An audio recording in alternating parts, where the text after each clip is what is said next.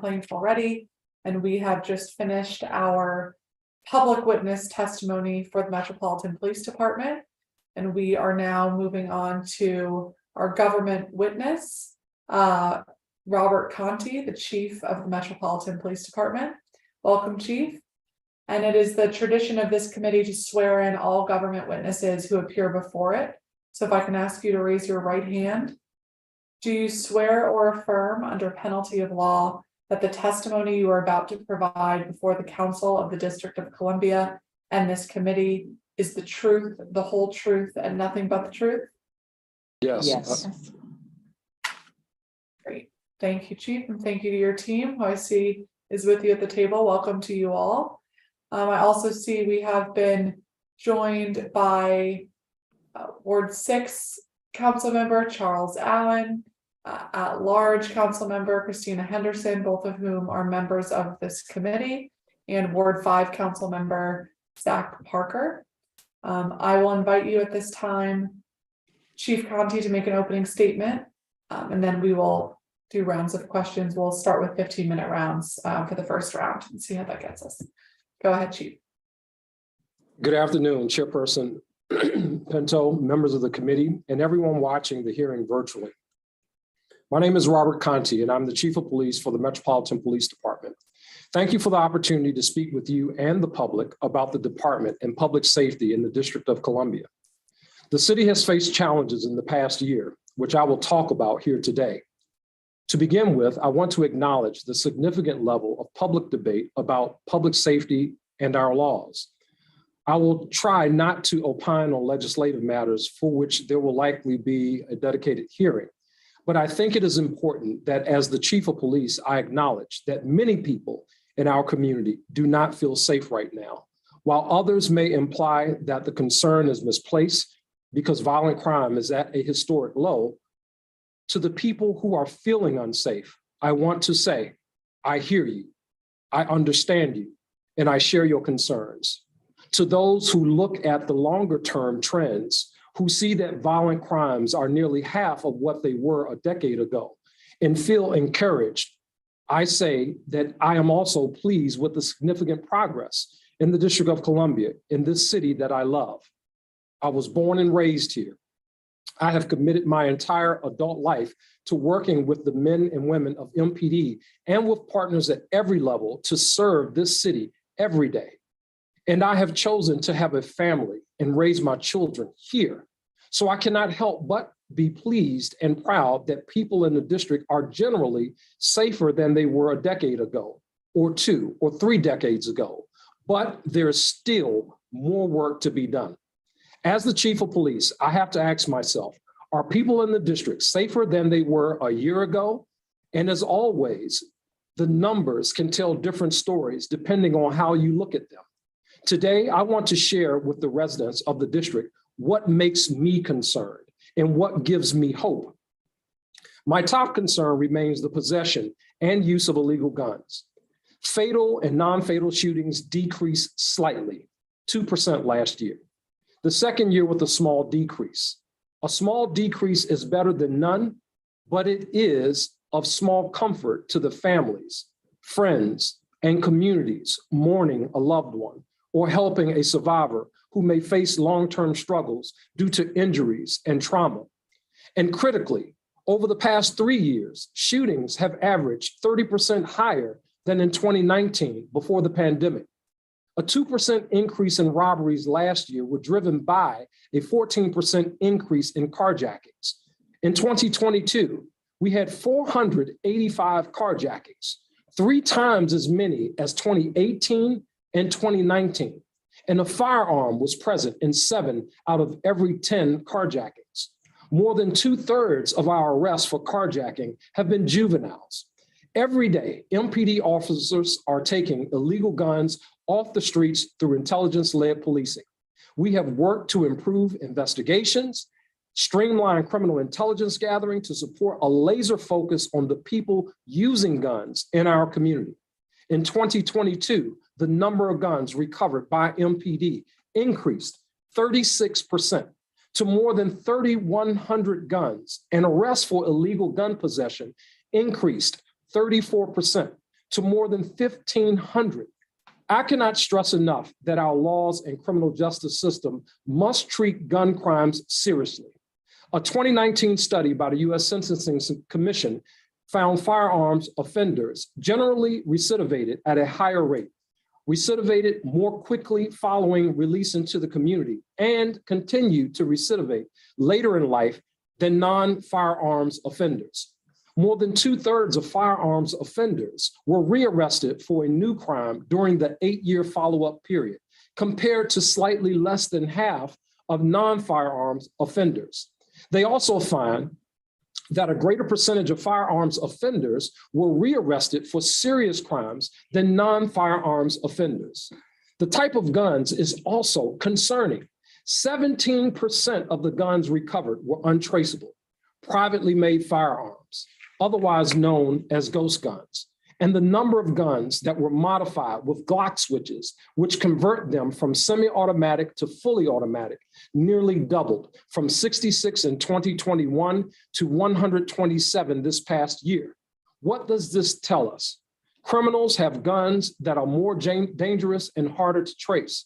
I want to acknowledge and thank Committee Chair Pinto for hearing my concerns about illegal guns and moving an amendment that unfortunately failed to address the sharp reduction in the penalties for these crimes in the future. In 2017, Mayor Bowser sent to the council legislation to help the city address illegal gun trafficking, but it was not enacted.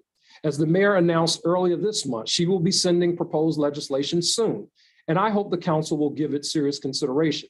I'm also concerned by both the victimization of youth in our city, as well as their involvement in serious crime. In 2022, there was an 81% increase in the number of youth shot. 16 young people will never return to their families, and 89 young people and families will never be the same, dealing with the long-term physical and mental effects. And at the other end of the spectrum, more juveniles are being arrested for a serious offense for their first arrest. As I mentioned earlier, more than 2/3 of carjacking arrests are juveniles. Overall, arrest of juveniles increased 13%, driven by an 11% increase in robbery arrests to 323 arrests and 56% increase in weapons charges to 215 arrests. For 2021 homicides, 12 of the arrestees were under the age of 20 at the time of the murder. For 2022, that grew to 20 of the arrestees under the age of 20. At the same time, the number of school resource officers helping to support students in safe learning environments decreased from more than 100 before the pandemic to 40 now. So that is a lot of information on crime that is driving heightened concern among our residents. And while MPD has long tried to keep the public informed about serious crime, people are seeing more information about crime because of social media. The additional information can be useful to prompt people to think about what they can do to increase safety for themselves, their loved ones, and their community. But it can also be very alarming for people who may not have given much thought to crime before. Regardless, it is unrealistic and unsympathetic to tell people who are concerned about these crimes and how crime might impact them, don't worry, because we have less serious violent crime overall than a decade ago. I don't support that position. That said, there is also real reason for optimism. Although it may not feel like it, the number of serious violent crimes fell 7% last year, including a 10% drop in homicides. That was largely because we saw a dramatic reversal in the second half of the year. From January to June 2022, homicides were up 13% and robberies up 29% when compared to the same time period in 2021. In contrast, in the second half of the year, homicides were down 26% and robberies were down 17%. That progress is real and important. We know that in order to combat crime, we have to balance our resources in patrol to deter and respond to crime and investigations, to focus on the people committing crimes. As I mentioned earlier, our members in both patrol and investigations are helping to get illegal guns and the people who use them off the street. Our detectives and analysts are using all available tools, including federal partnerships, to link guns to crimes and identify evidence to make cases. MPD continues to have much stronger closure rates for index violent crimes than comparable cities. One effort that we believe has helped to reduce violent crime in the areas most plagued with persistent violence was the Homicide Reduction Partnership, a whole of government response to the 4 police service areas that routinely have the most homicides in the city. Overall, there was an 8% decrease in homicides and a 13% decrease in serious violent crimes. But to be clear, the results were also mixed. Homicide decreased in 2 out of the 4 PSAs, but increased in 1. Assaults with a dangerous weapon decreased in 3, but increased in 1. Robberies decreased in 2 and increased in 2, but only 1 PSA decreased in all 3 categories. To put it more directly, even where we make progress, for every 3 steps forward, there is sometimes a step back. Some areas may see progress and crime may pop up in other areas. There's no magic formula, no valid unifying theory of crime that if the police, the government, or the community simply did X, crime would decrease Y amount. Crime happens between strangers as well as friends or loved ones. It can happen on public streets or behind closed doors. It can be a quick reaction from a flash of anger, or it can take planning and forethought. The reasons behind it can be similar from city to city or different. All of this is to say there is no straightforward or easy answer to addressing crime. We all agree in the importance of the city's efforts to address root causes through long-term investments in things like education, jobs, and homes, and to deter crime through intervention efforts focused on those most likely to be involved in violence. In addition, we need to prevent offenders who are hurting people now from doing it again. It is not an either-or question. All 3 are needed. Since there is new leadership in multiple areas in the criminal and juvenile justice system, I would like to take this opportunity to reiterate the warning I voiced last year during a performance hearing. Looking at the crime and conversations 12 months later, not only does it still ring true, but the issues seem all the more urgent. So I hope you will bear with me as I read part of my statement from February 2022 in hopes that my message may resonate more now than it did then. Over the past decade, there has been a policy evolution to focus more on the healing of our justice-involved youth, which I commend as an approach. But given what we are seeing, we owe it to our youth and our communities to ask ourselves whether we have struck the appropriate balance between care and accountability. I believe these unique challenges also present a unique opportunity for us to go upstream and intervene before we see escalations to homicides and shootings. I submit to you that youthful offenders committing crimes of violence while armed are at extreme risk for escalation and involvement in homicides and shootings. And to be clear, historically, when we are talking about the people committing homicides in our city and committing most violent crime, we are normally focused on young adult men aged 18 to 24. They account for half of the suspects charged with homicide in 2019 and 2020. This is consistent with prior data collected for several years. However, I am concerned if we are not successful as a city in our interventions with youthful offenders, younger people will be increasingly represented in the population of homicide suspects and victims before they reach the age of 18. When I say that I am concerned that there is not enough accountability, I am sounding the alarm for what I am seeing daily in reported crimes and hearing from community members.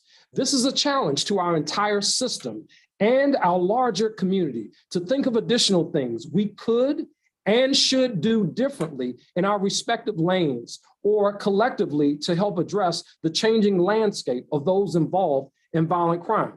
Some of our young people are on a dangerous trajectory of being involved in violent crimes that I have not seen in many years. The disregard for consequences can be seen in the overall attitudes of many of those arrested on social media postings and of copycat offenders who see other young people committing crimes with minimal repercussions. We have to ask whether they have the support necessary to ensure they don't commit more violent crimes. Do we love them enough to make hard decisions and sit them down when they demonstrate reckless, violent behavior in community?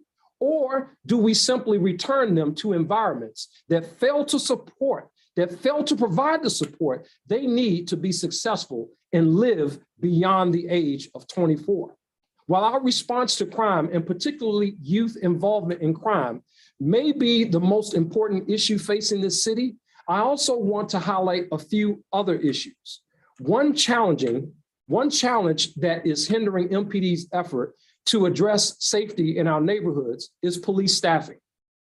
The department has had fewer than 3,400 members since December, 430 fewer officers now than we did in 2019, and likely the lowest number of officers since at least the 1970s.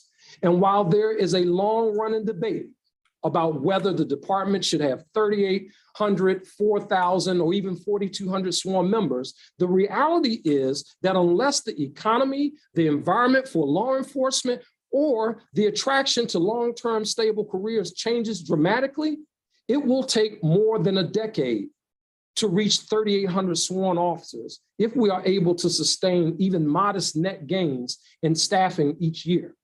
On the positive side, beginning in FY25, MPD projects the cadet program will begin to yield a dedicated stream of more than 50 cadet conversions to recruits per year. MPD's cadet program is one of Mayor Bowser's long-term investments in developing pathways to the middle class and is instrumental to recruiting more district residents into the department. Last year, MPD also launched the high school track of the Cadet Corps, which is designed to prepare high school seniors for entrance into the full-time Cadet Corps. This program enables high school seniors to complete their senior year of high school while working part-time as a cadet. The cadet program creates a career path for young district residents while bringing local leaders and particularly young women from our community into MPD. I am asked repeatedly, what fewer police officers means for our community? First, it means that it takes longer for our officers to respond to a crime, even the most serious ones. In 2022, officers managed to shave 8 seconds off of the average response time to priority 1 calls, but that is still 1 minute and 40 seconds longer than in 2019. Even though call volume has not rebounded to pre-COVID levels because of the reduction in officers, the average patrol officer now responded to 8% more calls for service in 2022 than in 2019 and 23% more than in 2017. This is despite expanding the telephone reporting unit to handle more types of police reports and efforts from partner agencies to take 1 or more calls for service related to parking complaints, minor crashes, and behavioral health. The lower staffing means that we have to make hard choices about if and when we can fill vacancies in other important units, such as investigations, Special Operations Division, or special liaisons. It also means that just to perform our mission critical functions, police have had to work more than 1 million overtime hours each of the past 3 years, compared to an average of 650,000 hours the prior 8 years, a 74% increase. Overworking our employees is bad for their health and increases compassion fatigue and risk around decision-making. It also can leave the city vulnerable during emergencies if we have limited capacity for surge staffing. Despite these challenges, I am pleased to report on several initiatives that I believe will make MPD a stronger department and better able to meet the needs of the city. Last year, the city and the Fraternal Order of Police which represents more than 3,000 officers, detectives, and sergeants, were able to sign a new labor agreement. This is an important recognition of the critical contributions of MPD's rank and file to the safety and success of DC, as well as an essential tool to support retention and recruitment. I am very thankful to all of our employees, both sworn and professional, who are so dedicated to the city and our residents and continue to give more than 100% effort every day, often in the face of significant challenges and stress. Given the high workload and stress, I have made it a priority to promote a comprehensive wellness program for our employees. Since being hired in 2021, our Director of Employee Wellbeing Support and her team have been working on a number of important initiatives. They are working to ensure we have healthy food options at all MPD facilities for members working around the clock.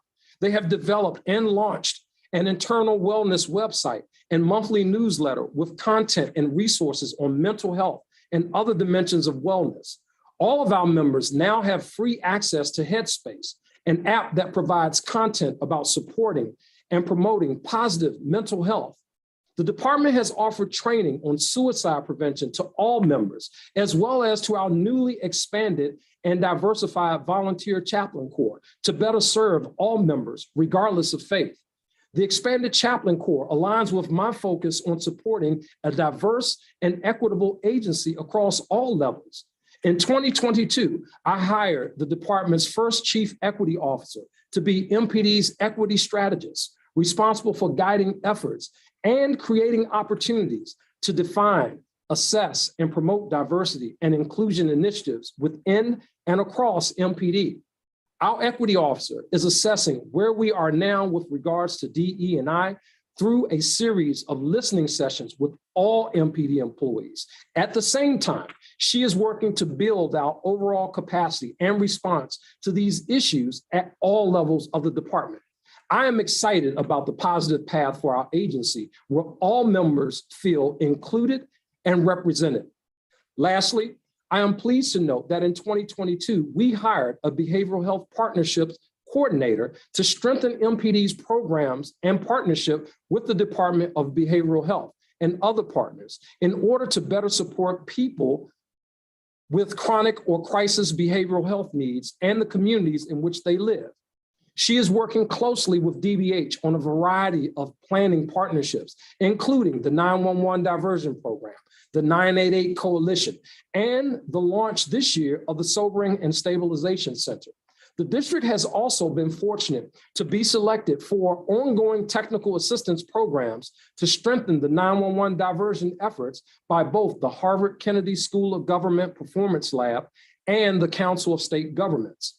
In addition, DBH continues to support MPD by providing either a 40-hour crisis intervention officer training or a 20-hour mental health first aid for first responders course to all of our members. Our partnership with DBH has never been stronger.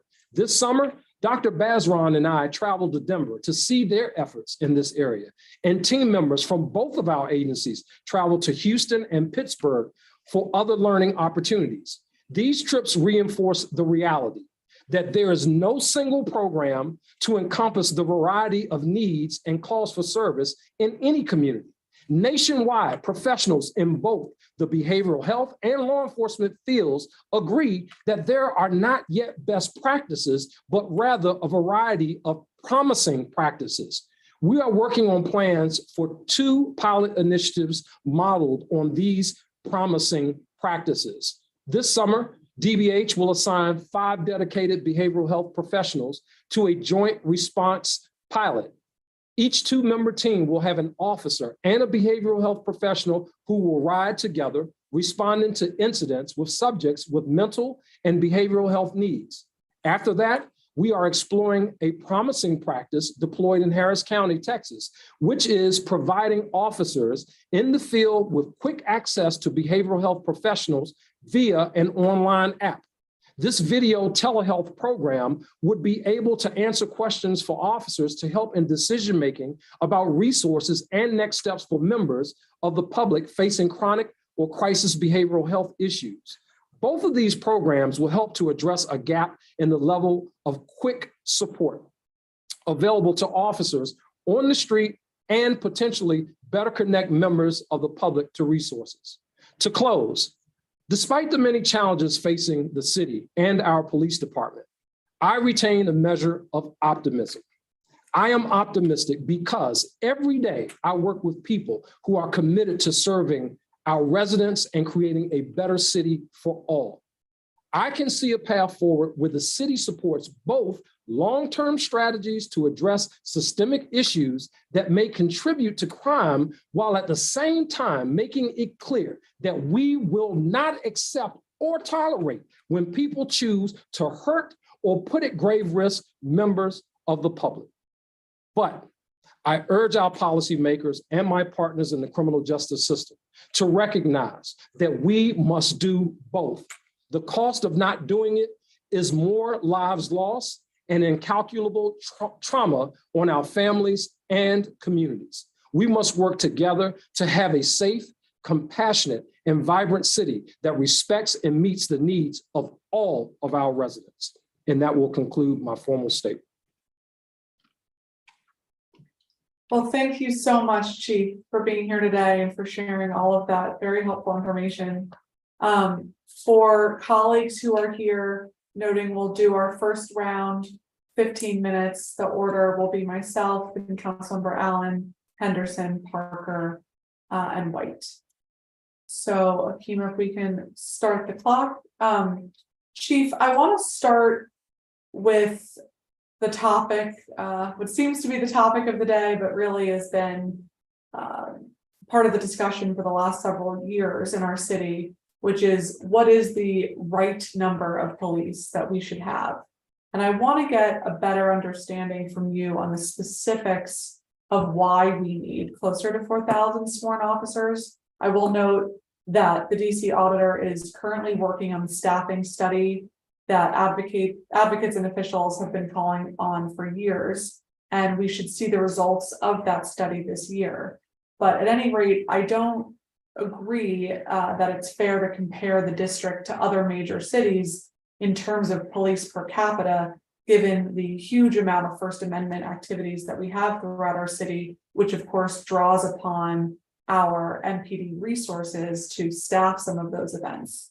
But from your experience, how big of an officer premium do we need to address the unique needs of the district? And as you're talking about that, if you can elaborate on how you make specific staffing decisions based on each of the districts under your purview, while I support increasing the size of the force, and I hear it from every day from residents in all 8 wards that they want to see more police in their communities.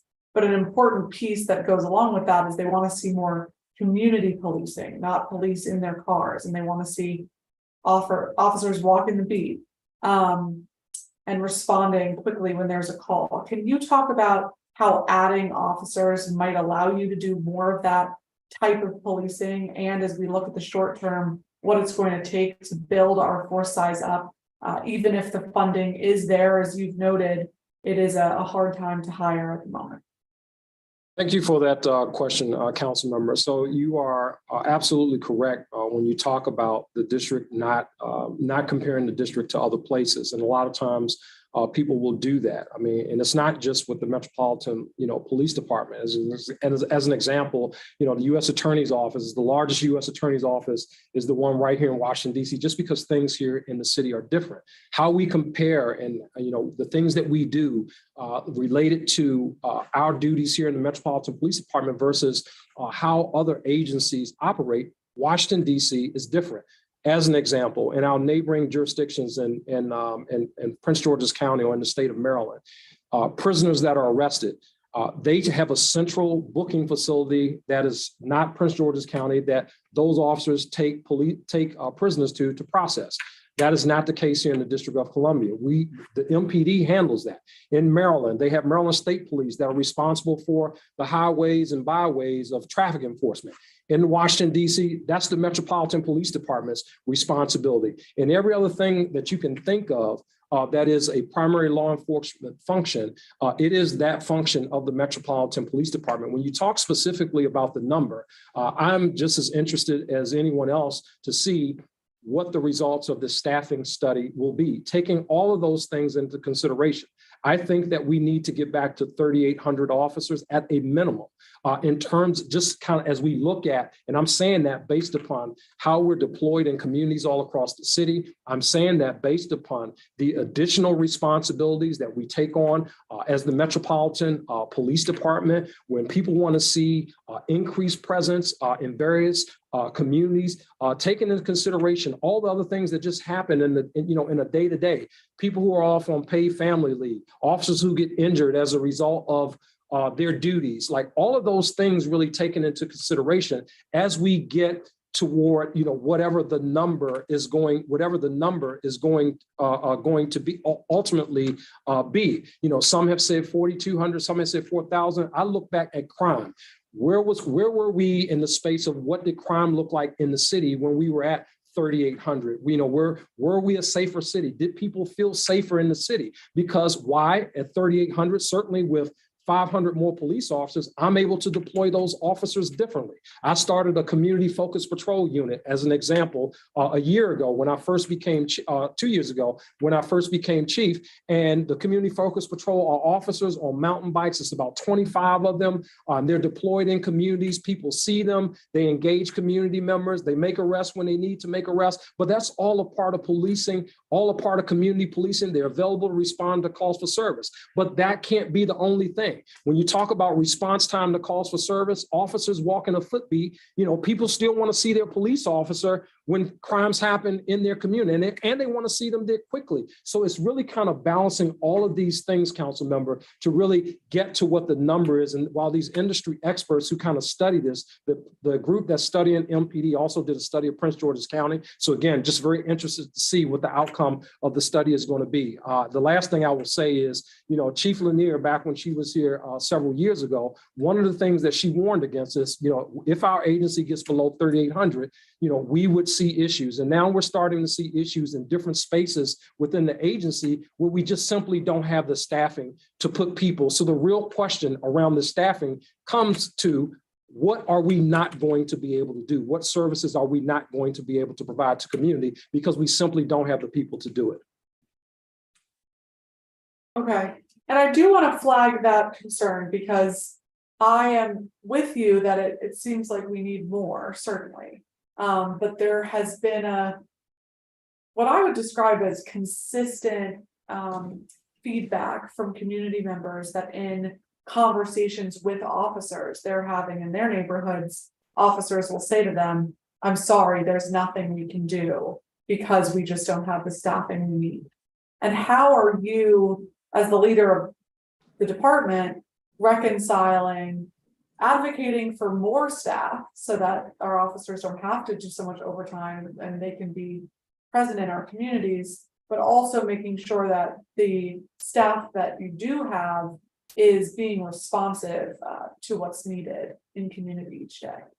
So, council member, first of all, I think just as a starting point, when it comes to the command staff, when it comes to even the officer on the beat, our response to citizens has been, and I publicly said this, I haven't said to citizens, hey, I'll just throw my hands up, nothing we can do. What I have said is we're going to do the absolute best we can with the resources that we have. If that resource in a particular unit where we used to have 8 and now we only have 4, I'm going to do the best that I can with the 4 people that we have in that particular unit. So a response to community, and I think as a demonstration, as a result of the amount of overtime hours that we have been working, like really working these officers to the bone, that is a demonstration that we will do everything that we have to do to make community members feel safe and deploy officers any and everywhere that they are needed in our city, and to include recently in the metro if needed. an additional responsibility for an agency that's already 79 or 80 some positions short. It's the Metropolitan Police Department that's showing up to assist them. So when it comes to me making determinations about how I'm going to deploy, where I'm going to deploy, obviously, communities that are having challenges, specifically those concerns we hear from community about violent crime, shootings, carjackings, and all of that kind of thing, those require a greater police response. In other words, so for a shooting, that's going to require more officers to deal with a shooting than it will officers to deal with a traffic complaint or to take a theft report. So from a strategic point, in terms of how I deploy, those are things that I have to consider, looking at the trends, the crime trends. And what we have done is to not force ourselves into a hole to say, hey, here's really the metric that we use and it doesn't change. We shift resources as needed depending on crime patterns. For example, when we had the issues going on in the nightlife areas, we shifted resources, we added government resources, we shifted resources to 3 different areas across the city and had an impact on crime. But again, when we take these resources and we move them around, they're coming from somewhere. I got the same pot of officers that I'm dealing with, and I have to strategically move them around to address these crime concerns, those that we can predict and those that just pop up. Some we can predict where there's violent crime space, we can predict those, but some just pop up and we have to be nimble enough to move our people around accordingly. Okay, thank you. Yes, ma'am. I want to ask you about some of your coordination with other agencies, and particularly with those who may be having mental health crises. Some of this, of course, is an Office of Unified Communications issue with who's being dispatched. And I heard you talk about in your opening about your increased and improved partnership with Dr. Bazaron and your recent trip to Denver. Can you elaborate a little bit more on how that partnership is working in practice? Because it's one of those things to me that seems like a great thing, and there are certainly cases that fall squarely in the DVH bucket, and then cases that fall squarely in the MPD bucket. But this middle category of cases where we're hearing from DVH outreach workers, we don't want to go out to that call without an officer, for example, or cases where an officer is dispatched and they're saying, I think this is really more of a mental health issue. How can we improve that collaboration so that we're not having a duplication of efforts and leaving the person left unsupported and treated, and the community left frustrated when in some instances they have called over and over again for support? I think the pilot that we are implementing is the best approach to really help us to better understand if that is the best practice. As I talked about in my statement, you have people who have, they are trying different things across the country, but I really think this gives us the best opportunity. The reality is when there's a person in crisis, and you can move around our city at any point in any quadrant and stumble across somebody who's having a mental health crisis. And if it's just the police that's responding or just the mental health worker who's responding, a lot of times that person alone, while they might want to put their best foot forward to do their best job, they're not equipped to handle that situation alone. And it's countless times that this has happened. So I think that having our officers with the mental health providers, and the thing that we're doing in this space is we're not restricting them to a quadrant of the city. So for example, if the officers are from 7D, from 1D, from 2D, we're not restricting them to that district. They will have the capacity to move anywhere across the city that they are needed.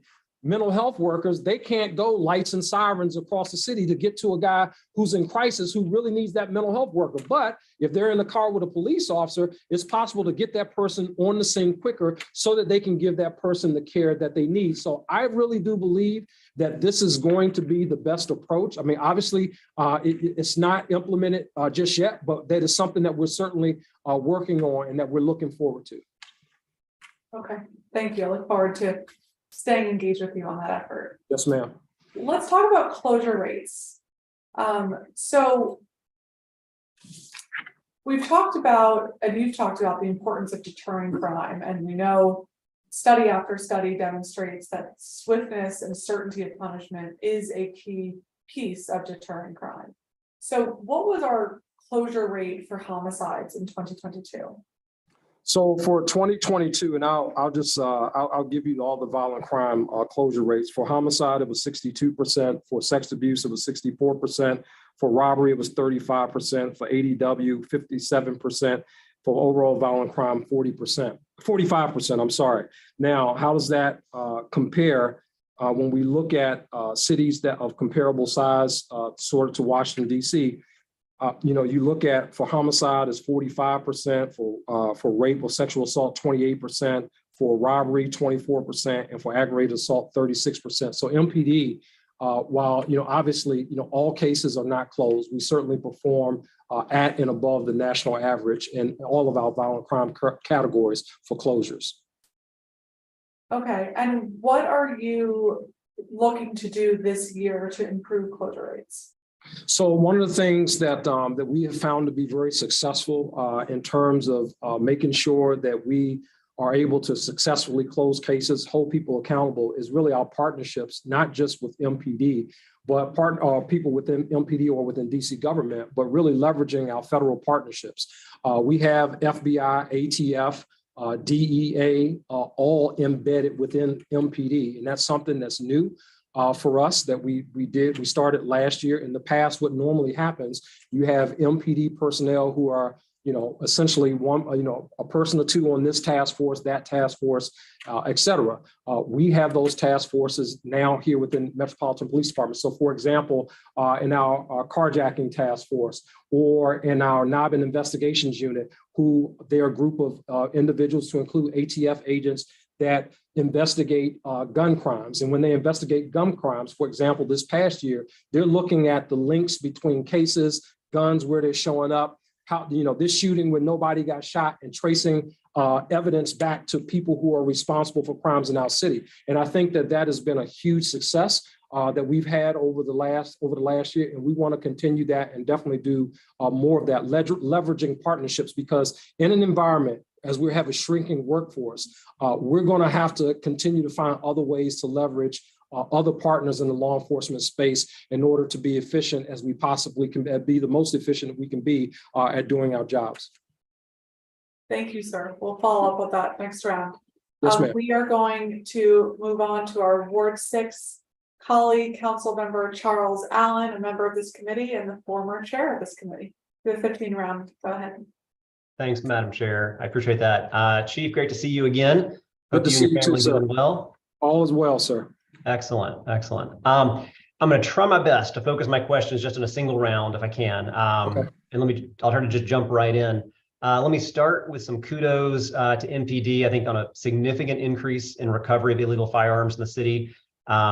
I think it's alarming how many guns are recovered overall, but I also think it's not just a factor of more guns on the street, but more strategic efforts by your officers in recovering those guns. That said, I am deeply concerned that, at least according to the DC Sentencing Commission, about 40% of those gun arrests are no papered and no charges are made by the federal USAO. And I think we need to note that. I do want to note and commend also just a much closer and collaborative relationship across the public safety cluster that took place last year. I think you kind of noted the shift in trends. You talked about kind of breaking apart the first half of the year, the second half of the year. And I can tell you on the ground, I also saw a much more intentional collaboration between MPD, violence prevention, community-based organizations taking place as well. Felt like folks were at the table in really meaningful ways, working on solutions and taking that both and rather than the either or approach that I talk about a lot. And I think you share that. Yes.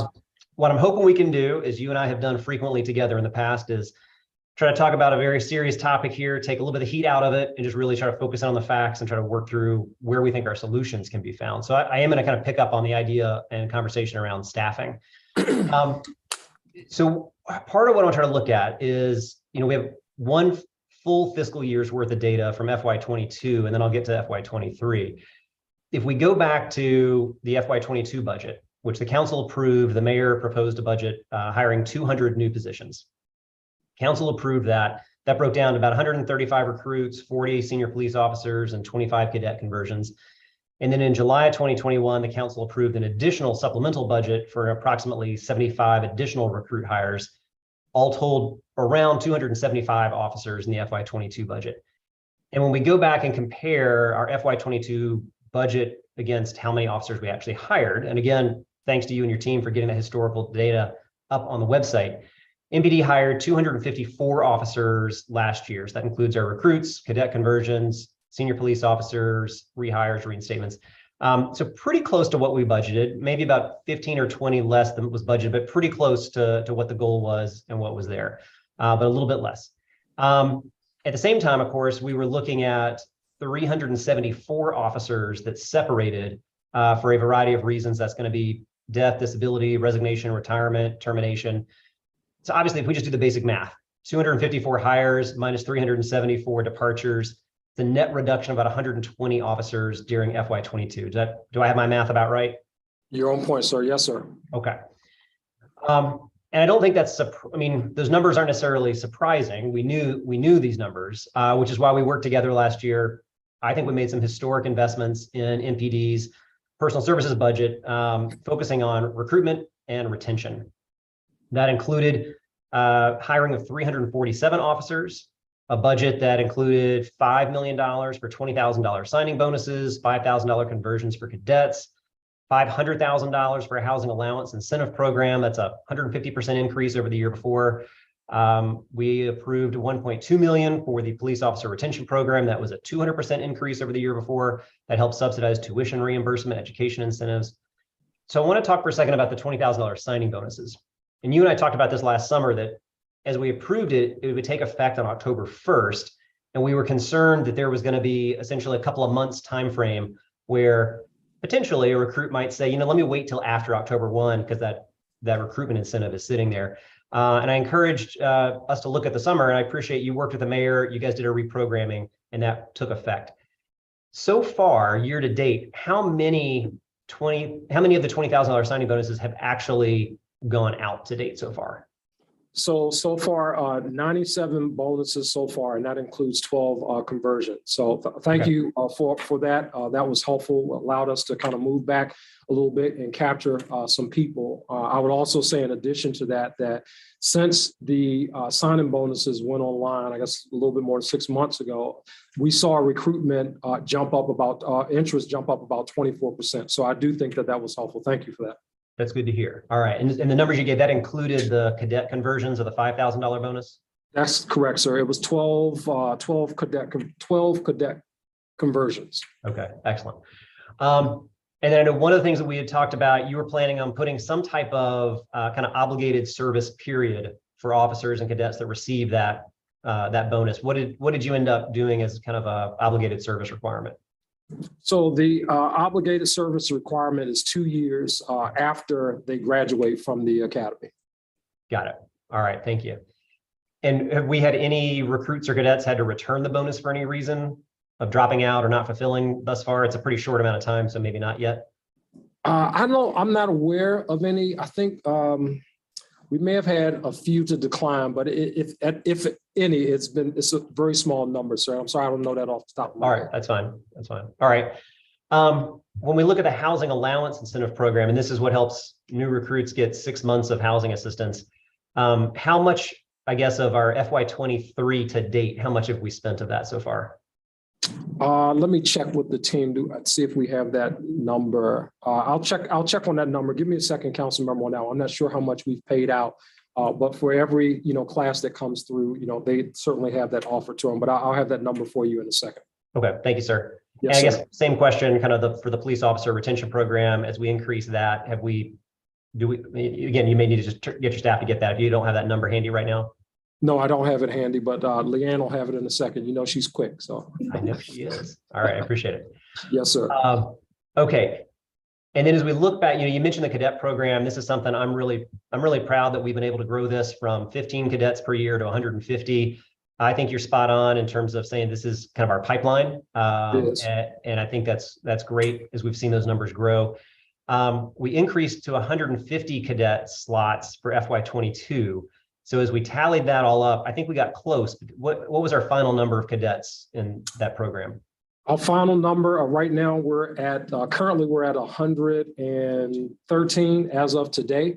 But also taking consideration that number, it continues, it moves, because you also, in that time, we've had the cadets to now become police officers. So they're no longer counted in that 112. But what I can tell you is that we're well on our way to 150. I have no concerns about us getting there. The interest of the young people is certainly there. They have a very strong pipeline. Matter of fact, the cadet pipeline is actually stronger than the pipeline on the regular sworn. I think the cadet pipeline is going to be our main pipeline. I think that's a great thing because it gets our DC residents, in that space. Okay, so we're at about 113 cadets right now, and like you said, there may be a little bit of over and under as people convert out of cadets. Yes, sir. Okay. And to answer your question about the HAPE, it's about 180,000 that have been that's being spent for that, and additional commitments that are coming up for the coming months. So there's that money is being spent as well. Okay, I'm sorry, that was 180 was on the housing allowance. 180 on the housing allowance, so for with additional commitments for the coming months. Yes, sir. Got it. And for the PORP. PORP is currently, the announcement is out. We're waiting for the applications to come back. We anticipate those to come back, and we're starting the process of reviewing and vetting, and we'll have that based on the applications that'll be exhausted. Okay, good. All right, thank you. All right, so then now let me look at the FY23 numbers, because I'm trying to make sure we also measure. You mentioned the number of individuals that have been applying has gone up. I think you said about 24%. So definitely drove some interest. That's good. We budgeted and we approved a budget for 347 hires. Based on the data that's out there right now, MPD's hired 61 for FY23. Do I have that right? That sounds right. Is that right? The number again. 61. We don't have the February totals yet. Yes. Yes, sir. Okay. All right. So when we're looking at that, if we have a total of 347 that we've budgeted for, we've hired 61. Here's where I'm concerned. That leaves us with needing an average of 35 new hires per month for the remaining 8 months to reach our total of what's budgeted. But we don't typically hire 35 per month. Over the last year and a half, I think 1 month we had a pretty large cadet conversion move through. We exceeded 35. How, as you look at these numbers and sitting at 61 now, and you need to basically double the number of hires per month for the next 8 months to be able to meet what's been budgeted for, is that a realistic assumption of what can happen? How are you feeling as we're trying to hit our targets for the 347 for this year? Yeah, I'm very concerned about it. I don't think it's right now, just based upon where we are. We obviously we have the bonus in place, and it's not just MPD. We got our other surrounding jurisdictions with a lot of the same incentives in place. I'm very concerned about not being able to safely hire in that space. That's the other thing that we have to take in consideration. And I've been very vocal about not compromising on standards, not reducing standards, not changing any of that stuff. But there are several things at play here when we talk about what the numbers are. I think another thing that will help, and the council was part of this, reaching the agreement with the collective bargaining agreement regarding the pay raise for the officers. So I think that, as we've talked about before, I think it's all of these things. It's recruitment and retention, and recognizing that we're also in a retirement bubble space again. That are things that I'm very concerned about in terms of trying to make that number. But we will not compromise on the standards. I'll assure you of that, sir. I know you want. You've been very consistent on that. And on our senior police officers, when I chaired the committee, we extended that senior police officer program all the way out to, I believe, 2028 to be able to retain some of that talent from the force, to be able to keep them on. But I guess as we look at our hiring bonus has allowed us to increase the number of interest coming in. But as we look at the numbers of new recruits that are hired, we haven't seen a huge difference yet from FY22. The numbers are pretty steady in terms of month-to-month hiring of new recruits, 12, 15, 11, 10, 13, 15. And then I'm looking at this year so far, 12, only 4 in November, 7 in December, 13 in January. So we are definitely getting more interest, but we're not necessarily converting that yet. And I guess part of what I'm trying to get at underneath all this is, and we know the conversation gets hot, right? So we're trying to figure out how do we deal with our facts and then how to try to work towards our solutions. If in FY22 we approved a budget and we got close, but we didn't hire for every officer that we had funded and budgeted. If for FY23 we're not on track to hire all the positions that we budgeted and that we funded and the council approved, and we're looking at our different tools, I do think the increase in wages with the contract will make a big difference. Listen, you know this, between the housing incentives we've got, the signing bonuses we've got, the education incentives that we've got, the pay raises that we've got a lot of incentives we're trying to put out here, but we also know it's a very competitive space. So it's not a budget issue because we've budgeted, right? That's correct. It's not a budget issue about the hiring now. I mean, I think it's just part of the trend that's in the workspace. Right. So people want to work from home and so with my remaining time, I want to give you a chance to kind of talk about, we're seeing, there's national pressures on, look at the Metro Transit Police. They're down 25% vacancy right now. And that's not DC government, but we know that they're facing vacancies. Others are too. So we know it's not a budget issue. We funded it, we budgeted, but we know it's just a hard space to recruit and to retain. So with my remaining time, I want to give you a chance to kind of help talk through what are the types of solutions we want to be looking for to be able to get that space. If it's not a budget issue, how do we help continue to incentivize both the recruitment in and then the retention? So yeah, I appreciate the question, council member. So I think one of the, to your point about it not being a budget issue, it is a national thing that's going on. The other thing that I would also add in that is that the months that we're looking at, November, December, January, are generally times when you see low recruiting numbers anyway, because people don't generally move during Thanksgiving, during Christmas, or while in the winter months. You normally see an uptick in recruiting as we get to the warmer months and we get to people who are graduating from college. That being said, I'm still not expecting 35, the number of 35 in a class. I think the way that we really get the way that we get there and taking away budget concerns or budget issues is that we continue to support our law enforcement officers, and that, we look for opportunities. And sometimes it could be, through legislative things, right? Legislative matters. One of the things, for example, that you and I have had conversations about our officers in the BWC space, not being able to review their body-worn cameras. I think it's things like that, little things that we can do to demonstrate support for our law enforcement officers that in my mind are easy fix, things that they don't have to compete with in other jurisdictions, and considerations that people or officers, potential officers, take in consideration when they're considering joining the agency. Do I have the support, kind of universal support of the city, the politicians, the police leadership, all of that stuff. So the more things that we can do in that space from a leadership perspective, I think that those things go a long way.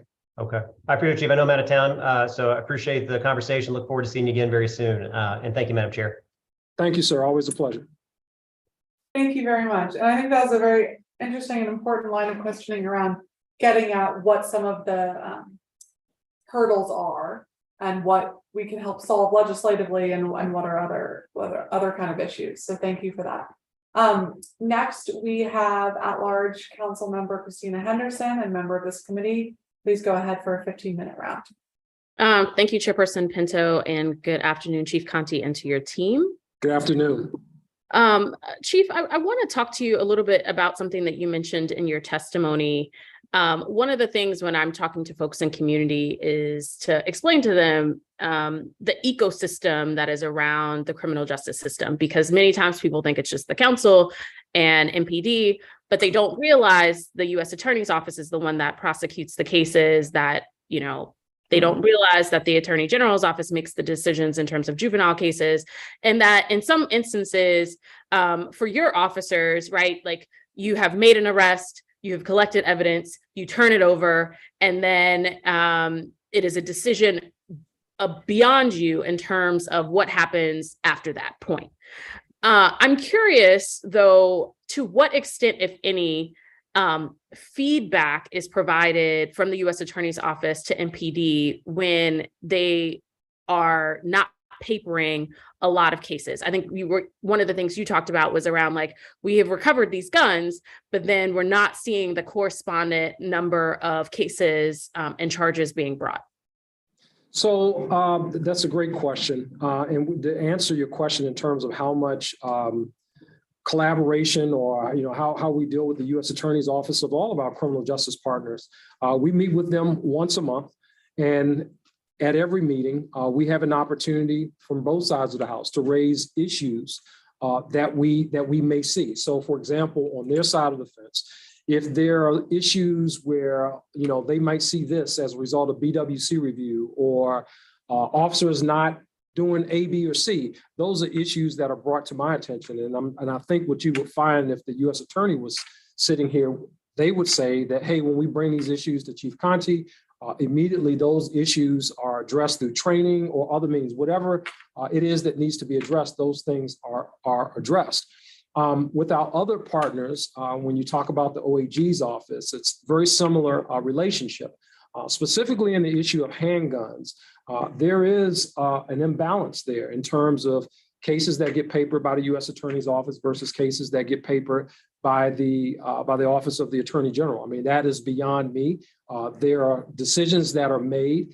For example, if a police officer is chasing somebody with a gun and that person tosses the gun during the course of the police pursuit and then later recovered, a lot of times that case will be no paper because we want to wait, or before proceeding with prosecution, they want to wait until we have DNA, which comes back several months later to say that that person who tossed the firearm was actually the person in possession of the firearm, although the MPD officer witnessed the person toss the firearm. So you get into spaces like that where there's been a lot of back and forth between our office or the Metropolitan Police Department, whose burden of proof is we got to have probable cause. The U.S. attorneys, their burden of proof to take a case forward and prosecute, and everything is proof beyond a reasonable doubt. So, you got that at play in the criminal justice ecosystem. That's also not balanced. And even in best case, right? When, let's say they do paper a case and it moves forward, and those cases go before the court. And let's say there have been times when the U.S. attorneys or the Office of the Attorney General may say, hey, we recommend this person be held. And that doesn't happen, but that's not within their wheelhouse to make that decision. They've made the ask, but the rest of the eco-justice system, the rest of the ecosystem is at play with all of that. So it's all of these things, and there's an intersection at different points between counsel, the police, the law, the courts. It's very complex, and I'm certain trust me, I believe you when you say that there are community members who just don't get that because it is very complex. Yeah, and I understand too the frustrations where someone will say like, oh, this happened. Oh, well, they'll be out in 6 hours anyway, so it's not even going to be that big a deal. It is a big deal in terms of people's trust in the public safety ecosystem, and so. Right. I think it's important that all parts be working together as much as you can, recognizing that the judicial branch has its level of independence as well, but the decisions that they make certainly impact what your officers are seeing on the streets. I think there was a statistic from CJCC and the National Institute for Criminal Justice Reform that they showed that by the time someone is a victim of a homicide or commits a homicide, many times they have been arrested 11 times prior to that happening. And so I think we have to sort of be focused on, you also mentioned in your testimony around juveniles, like we have to be focused on how do we stop the cycle before it gets to that point where someone is either committing a homicide or is a victim of a homicide as well. Councilman, if I could just add a starting point, and this is one of the things that I've spoken about publicly. Just kind of as a starting point, if we look at and this is where I think everybody, legislators, police, I think everybody should have input. How do we, when people talk about, hey, that guy got out 6 hours later, the next day, whatever, if we just look at violent crime, what is the ecosystem's response in violent crime, and what are, whether it be the laws that allow for a person to be out in 6 hours or the next day or whatever, are there changes in the respective lanes that can be made in that space? And I would just submit that perhaps just looking at violent crime, I'm not talking about the guy who, stole from the CVS or something. And although that might be very important to the CVS folks, but if we wanted to look someplace in terms of where people feel less safe, let's just look at how the ecosystem deals with violent offenders. I think that the work of the, when you talk about armed violent offenders, the report from the U.S. Sentencing Commission certainly outlines that individuals who are involved in armed offenses are certainly likely to recidivate, more so than people who are not armed. Just start with the violent armed folks as a starting point to see how might the system be able to do something different. Yeah. I want to ask a similar question that I asked the Office of Neighborhood Safety and Engagement, which is around how we are seeing, for juveniles in particular, being far more impulsive in terms of the actions that they're doing. Like, some of it just doesn't make sense, and in some cases are not well thought out in terms of the incidents that they are engaging in and involving in. But a lot of it is stemming from online activity. TikTok videos, YouTube diss tracks, whatever they call it. How are you all retooling your investigative work to respond to the new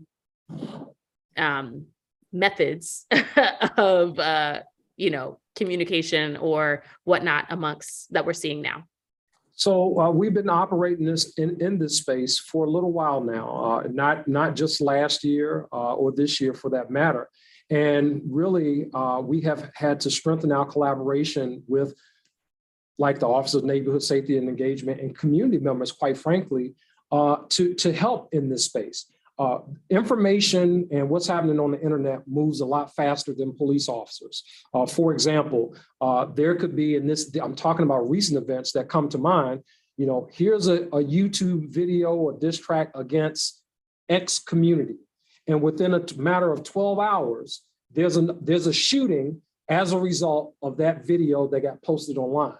The way that we are able to help in that space and the way that we've responded is through our collaboration efforts. We're not asking anybody to do anything more than just give us a heads up that maybe we want to focus on this community because there's something brewing between this community and this community as a result of some video that's online. That's helpful. People who choose to go further than that, that's certainly even more helpful when we can focus on specific individuals who may be in conflict. And then there's an opportunity for me to then reach out to ones or some of our other violence interrupters to say, for example, and this happens, like, hey, we're aware of this conflict between A and B. We would like to have some intervention other than us to go and try to mitigate this or diffuse. Are they receptive to those outreaches? Okay, yes, they absolutely are receptive to those. But like I said, information on the internet sometimes moves quicker than humans do. And before you know it, there's a shooting in this neighborhood. And it's like, and then we go back. And I had a community member just yesterday sent me a text message, which I really appreciate, to say, hey, keep your eye on this over here, Chief. And this is kind of the reason why this thing is kind of going on. That information is helpful to me. And quite honestly, I mean, this, especially over the last year, there has been more of that has come through that has been helpful to us in our investigations. Good to hear. I just wish that,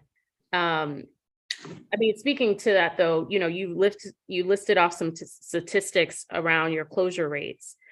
And I'm curious, or I didn't hear you say anything that was above 70%. And so what would you say is necessary and needed to get those rates higher? So in any investigation, you may have heard me say this publicly before, right? It's for any great case that we make, normally there are three things involved. You have great police work, you have great evidence, and you have community participation.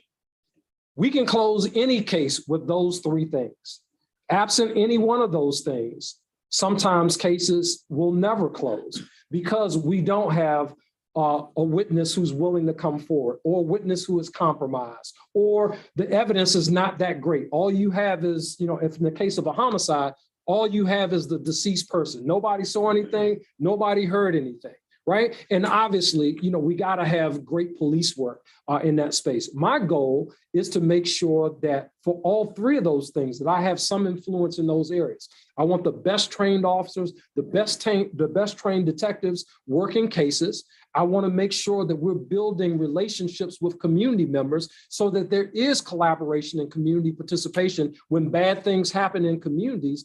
And in the space of evidence, I want to make sure that we have the best trained people working in that space. And when I say best trained people, sometimes that's outside of DC government. Again, partnerships with ATF, DEA specifically with drugs, ATF specifically with firearms, and in other complex cases, when you talk about evidence related to financial crimes or drug cases that involve financial stuff, we involve the FBI. So to make sure that we're really leveraging all of those things so that we see better outcomes for homicides and other cases where people find themselves being victims of crime in our city.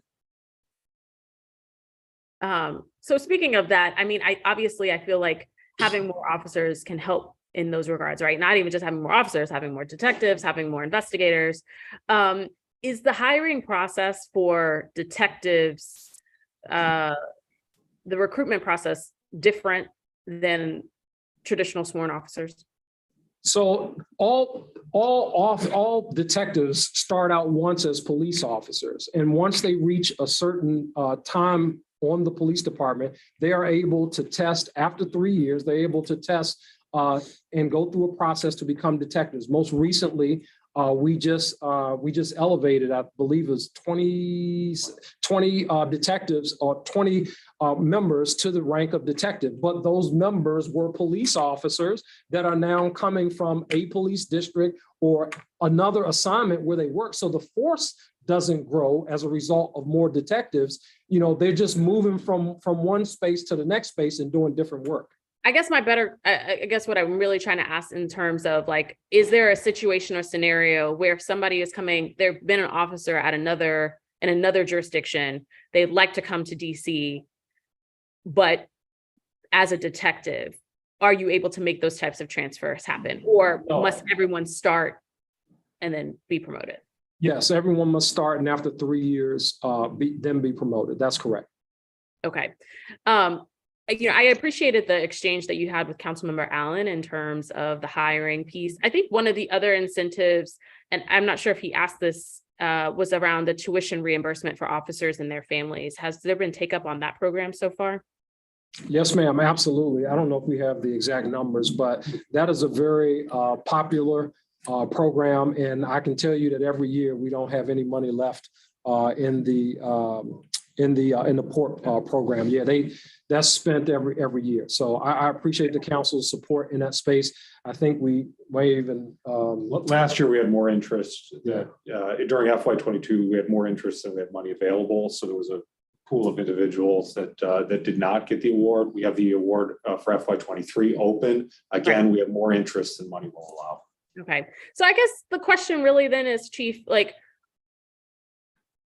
what else differently can we be doing in this regard, right? So this is not in my opinion, and you might feel differently, I don't feel like this is necessarily a budget problem. You have the officers, you have the budget authority for the officers, we have hiring incentives available. There are people who suggest that, the collective bargaining agreement is a deterrent or things like that. I'm just curious, like, is there a conversation that we're having with individuals who we make an offer to who may decline us in terms of like, why? No, Councilman, I mean, if I could just dial it back just a little bit, the conversation goes beyond, it's not just a budget conversation, just like you mentioned. The reality is we stopped hiring at a certain point for a year. And that is a huge issue in terms of where we are for number right now. Doesn't necessarily have anything to do with the ability to hire.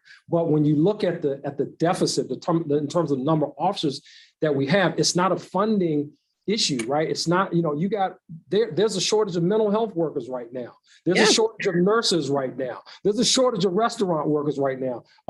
Ben, my chief of staff just went to New York. Normally they would have how many in a class? Between 12 and 2,400, and they had just over 600. So between 12 and 2,400 in a class in New York City, and they only had 600 officers in a class. So it's hitting, everybody, every place you can think of, the workforce that we hire now, it's just different. Young people and the age group the demographic that we target, I mean, they want different things. They want to be able to have a social life, and you can't do that on the midnight shift working in District X. And then after that, then we're going to hold you over for another 8 hours of overtime because we're short on personnel. Some people are just not wanting to sign up for that, but we're working through that challenge as best we can to hire the most qualified people. Okay, thank you, Chief. Yes, Thank you, Mr. Pinto.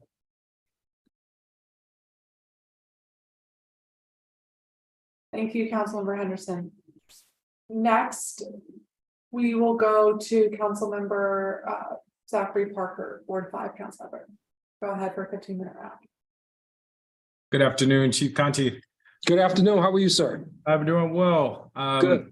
I am going to just quickly frame my understanding. I'm going to start with a high-level question, which is what I typically do in these hearings. Okay. I hear and understand your frustration as someone from this city, and I genuinely believe cares about the city with what is happening, violence, crime happening, and you and your colleagues are working around the clock, doing what you believe is best to keep the city safe. At the same time, I hear from residents that only a few years ago, there were a lot of meaningful conversations. There were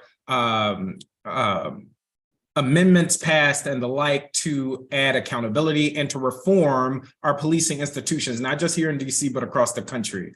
And just in a matter of a couple of years, it seems as though we're reverting back and or ignoring all of those meaningful conversations we had just a little while ago. So I'm just kind of framing those two frustrations, which are both valid, and the questions I'm going to follow up with. I want to start at a 30,000 foot view and just in this next year, if you had, and I know it's not just one thing, but what is top of mind? Is hiring the single most important thing you think the agency needs to focus on to work towards making the district safer?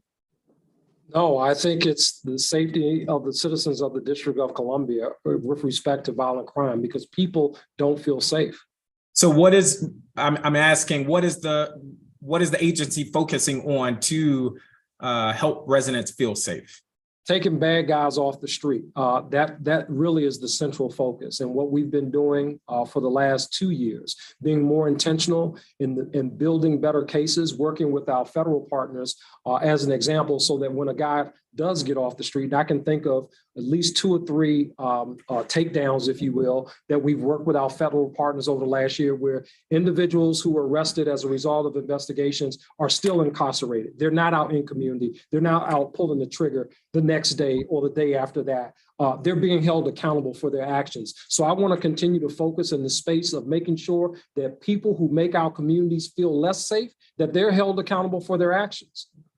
Absolutely. I want to just continue this thread that Councilmember Allen, also Councilmember Henderson touched on briefly, which is hiring. So just to underscore again that the funding is there, the issue with MPD hiring is a pipeline issue. Is that correct? Yes. Yes. So the rhetoric that may be out there, and we're not pointing fingers, but the rhetoric that may be out there that it is the council's fault for the reasons why MPD can't hire X amount of officers is not fair. Would you say that is not fair? What I will say is that when people talk about that, it's the whole conversation, right? We arrived at 33,377 officers as a result over decisions that have been made over a period of time. We stopped hiring police officers for a year. And as I've said before publicly, it's not a faucet where you just turn it back on and then the next day you start seeing police officers in the academy. And that is the issue. So for someone like me that's been on the council for 2 months, if we were to take this fiscal year and say, is it fair to say the council right now in this time is hindering MPD from hiring more officers? Is that fair? Yes or no? I would say that is not a fair assessment. I would say it is the climate. And as I've said to some of your other colleagues before, I think that there are still things that we all can do to ensure that there's a more supportive environment so that we will attract officers who want to be a police officer in the District of Columbia.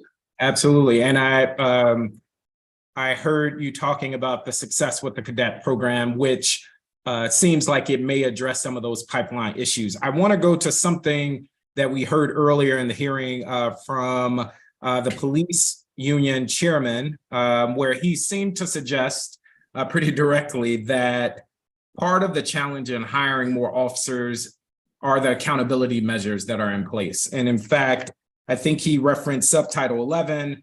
There is a 90-day rule around investigation, or there used to be a 90-day rule around investigations, and now that's open. We now publish disciplinary actions, and the list goes on. He would say these are the reasons why we can't hire and attract more officers. Would you associate, or would you agree that that is the reason why we're finding it hard to attract or retain officers? I think that there's some contribution that can be certainly attributed to historical things that have happened and things that are happening right now. As an example, there's a legislative thing. I'll go back to this. Police officers in the District of Columbia cannot review their body-worn camera footage prior to writing a police report. That's legislation. The U.S. Attorney has come out and said that this is adversely impacting cases in the District of Columbia unnecessarily. We don't have to have this. The reason, in part, it was put in place to begin with was for things like, officer accountability. Now, certainly, if we're talking about a police shooting or that kind of thing, I get that. But for an officer who responded and just want to recollect what was relayed to him or what happened in a matter of a couple of seconds, to me, that seems something very easy that we could change that would be supportive of our officers. An example number 2. Recently, policy with respect to vehicular pursuits. We already have a very, very, very restrictive vehicular pursuit policy in the District of Columbia, one of the most restrictive in the country. But we added a layer of legislation on that to say that if the police officer has to believe that no person will be injured as a result of the police pursuit.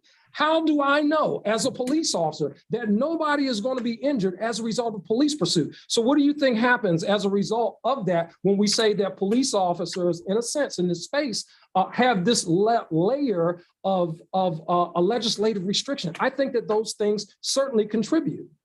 And I want to come back to the 2 issues that Mr. Pemberton referenced specifically, which were the 90-day the removal of the 90-day limit of the investigation. He would suggest now there is an endless time for investigation, which impacts the lives or the livelihoods of the officer in question. That one specifically, do you think that is hindering us from attracting or retaining officers? I think that that's his perspective. It's not mine. I don't think that. I want to ask about this. Sorry to cut you off, sir. Yeah, so go ahead. I want to ask about the second one, the publishing disciplinary actions via a database, which to me was one of the things that was called for greater transparency. He cited that. Would you agree that that is a reason why we can't attract or retain officers? I think that that does impact, because I've heard that personally myself from people interested in our department. And they look at places like New York, Maryland, and a lot of other places that unfairly, I think the problem that people have with it is that it's just police officers. It's for different reasons. People feel like, oh, well, teachers or police officers are different. There's a lot of sentiment that if we do it for one, let's do it for all. Do it for police, do it for council, do it for teachers, do it for everybody, not just do it for police. And I think that certainly has an impact. I think many of my colleagues would agree. We should hold more of our cities, agencies, and elected leaders accountable. So you may not get the pushback you expect there. I want to switch gears slightly, but before I do, I want to come back and I'm going to just speak very generally. Hypothetically, if there was legislation suggesting we're going to hire 4,200 officers in the district, is it as easy as that to make sure we hit that number, given everything we've talked about with the difficulties the agency is facing in retaining and attracting officers? It'll be at least a decade before we get anywhere close to that. So in other words, legislation that says, oh, we're going to pick a magic number and these are the amount of officers that we should have is not the silver bullet that some may try to portray it as, right?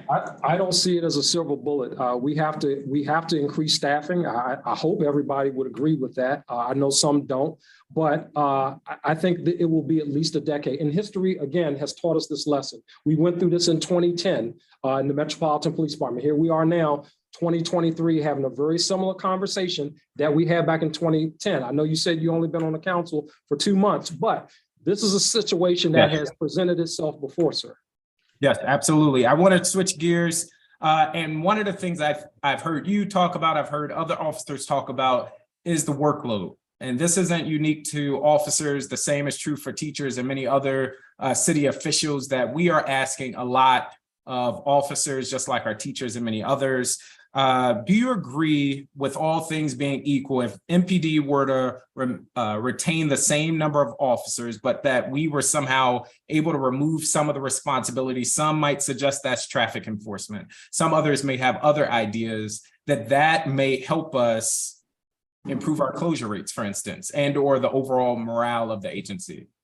Potentially it could. I certainly support alternatives to police response. And there are some recommendations that I'll make in that I'm personally making in that space and would like to see to relieve some of the burden off of our officers. But I think the important piece to that is we can't just say it in theory, right? It has to be the infrastructure in place to make sure that those things are happening.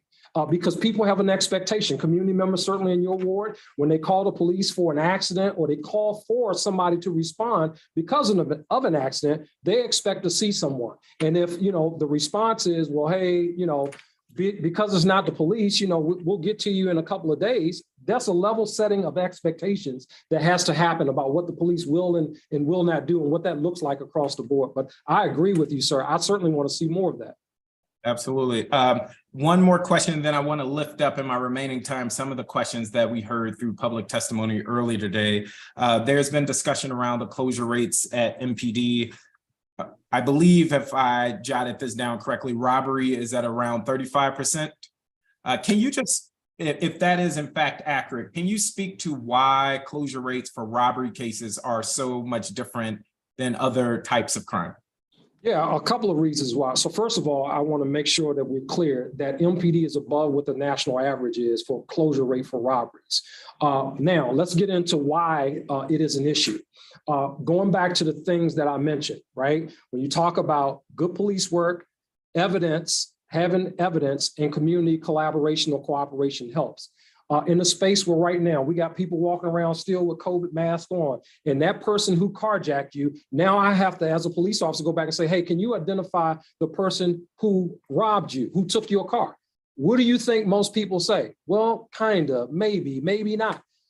That case will not move forward in the court of law in the District of Columbia. And that is a real challenge. Something that happens in a matter of seconds, a gun put in your face. Most people are staring at the gun, not necessarily looking at all the features of the individual. So what do? We have to depend a lot on video that we get oftentimes from community members or a police officer's observance or just great police work, that evidence, fingerprints, or other things that assist in the space of closing or being able to successfully close robberies. We put out to the public very publicly robbery closures. And if you follow us on our social media or Twitter, you'll see this case closed out or 10 cases closed with the arrest of these two people.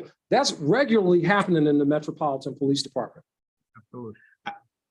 With all fairness and with all due respect, I just want to call out something I've noticed earlier when we were talking about the size of the force. We said we shouldn't compare MPD to other regions and agencies. Now we're saying we should compare MPD to other agencies when it comes to closure rates. That said, I know there's been a lot of discussion around the closure rates, and it seems like you all are working on that. But that seems to be a huge lever in making sure that what Chair Pinto was saying earlier, when someone calls, that they're feeling as though a response is being given and that the case is being investigated. Very quickly, I want to switch gears to, there were many things that came out earlier, but I want to zero in on the gang database. That is something that came up through several of the testimonies that we heard. And the headline of the testimony is that Black and Latino youth in particular are being over-identified in this gang database. Can you explain to the public and me how an individual would wind up in that database? So first of all, there are only 3 people on the entire police department who would approve a person to be on a gang or to be in the gang database. And there are a list of things. Sometimes it's through self-admitted, right? For example, I grew up in a certain neighborhood. Because I grew up in that neighborhood don't necessarily make me part of a gang. But if I'm on social media and I'm saying, hey, I'm part of ABC and I got guns and I'm flashing, I'm hanging with people who are known gang associates, possibility that I might be associated or affiliated with the gang, with a particular gang. It's not that, oh, this person's cousin, because this is his cousin, he's in the gang database also. There's a criteria that the police department goes through. And then there is a process that we also go through every 5 years to look at, okay, has this person been revalidated, still involved, not involved? This person got their life together. They're no longer on the gang in the gang database. But right now, like I said, there's a process that we go through. There has to be a validation, and that validation comes in a few forms. And then from there, there's an approval process of 1 of 3 people on the police department that are able to put a person into the gang database. That's at a very high level, sir. If I could very quickly, who are those 3 people? So it's an assistant chief Parsons. It's Commander Ramey Cow, who runs Violent Crime Suppression Division, and Dan Hall, who's sort of our keeper of the database. Okay, thank you. That is my time. Thank you. Yes, sir. Yep. Thank you very much, Councilmember Parker. We are now going to turn to Ward 8, Councilmember Trayon White for a 15-minute round, followed by Councilmember Lewis George, if she is back. Go ahead, Councilmember White. Thank you, Chairwoman Pinto. Thank you, Chief and staff for joining us. I guess for me, Chief, there's been, 2 different narratives that, we don't need any more police. We can police ourselves. And there's a growing narrative as we see the DC has the highest violent crime it has in the last 3 years and the last 20 years. And in fact, just about 14 minutes ago, I got a call from a commissioner about someone just got shot on the 1800 block of Frederick Douglass Place here in Southeast DC. So it's active going on right now during this hearing. And I guess I'm trying to understand from you being the chief of police, how do we balance that? My question is, how do you prioritize where officers patrol and or sit various communities? So in terms of prioritization, and I can certainly tell you that the spaces where we have violent crime has really been the focus of this agency for the last several years in terms of personnel. You compare the staffing, for example, the districts that where you have responsibility for in comparison to some other districts. In Ward 7, Ward 8, staffing has not really changed that much over the course of the last couple of years. In terms of where they are, that's flexible. It depends on where the violence is. Sometimes, and I'm sure just like you get phone calls, I get phone calls. People say, hey, Chief, there's something brewing over here. Can we have some officers over here? It is not uncommon in Ward 8, as I'm sure you also know, is that sometimes that's several locations throughout the ward. People say, hey, police here, here, here, here, here, here, here. So I really put that responsibility on the commanders for the districts, as well as the assistant chief. As you know, assistant chief for your area was also the former commander there, but really give them the latitude to adjust and move their resources as they need. For example, in Ward 8 right now, one of the areas that we're focused on, in addition to, everything else that happens, recently there's been a surge in personnel in the area of the Good Hope Road corridor. Why? Because there has been increased attention in that space, community members, business leaders raising issues. So I give them the latitude, council member, and I, really oversee what it is they're doing, how they're deploying to make sure that marries up what I'm also hearing from community leaders as well. Thank you, Chief, because I know residents saying in some of these meetings and so through calls and emails that I don't see police in this area. They're not engaged and they're not visible. I know historically we've had what is deemed as hot spots or FIAs, FIA, focus improvement areas. From a high level, do you all still have that based on the crime data in the district to respond or have presence in certain areas? Absolutely, sir. So 4 of those areas were when we did our homicide reduction partnership last year, in part of the success that we saw over in Ward 8. There were 4 areas in Ward 8. I don't remember all of them off the top of my head, but 706, 708, 70, and I'm forgetting the other 2, but Washington Highlands and a few other neighborhoods were certainly part of that. A lot of the same neighborhoods that were part of our summer crime initiative, what we did was really expand that as a year-round effort, specifically in Ward 8, expanded as a year-round effort to ensure that we would see reductions in crime, which we did. But again, that doesn't necessarily always make people feel safe. We focus in on these hot spots. We have Dr. Lum, who's from George Mason University, who's an industry leader in the space of hot spots, working with them to evaluate what it is we're doing, how we're deploying people. It really, part of the issue that we've seen over the last year or so, sir, is that with the reduced staffing, that impacts our officers' ability to be able to do true traditional hotspot policing, which is like officers moving, going to these areas, staying there for 15, 20 minutes. And then after 15 and 20 minutes, they're on the move to someplace else. I can tell you in Ward 8, they're driven by calls for service. People calling the police for this. They're driven, and that has not changed over many years. So it becomes very difficult with a shrinking workforce to really do true hotspot policing where officers are able to just be on the beat, not move, and also respond to calls for service because they're coming out like this. Yeah. So in one of the previous hearings, I asked a question about how many officers are where. I was told that officers are in. There are several places in DC that has the same amount of calls, but to me, our calls may be different. So I would have thought that we would have more officers because we got more critical incidents, but it was told to me that that's not the case. It goes That's not true, sir. Type of calls. Yeah, that's not true, sir. You can look historically at, going back to when Chief Newsham was here and before that. I can tell you that, and when I,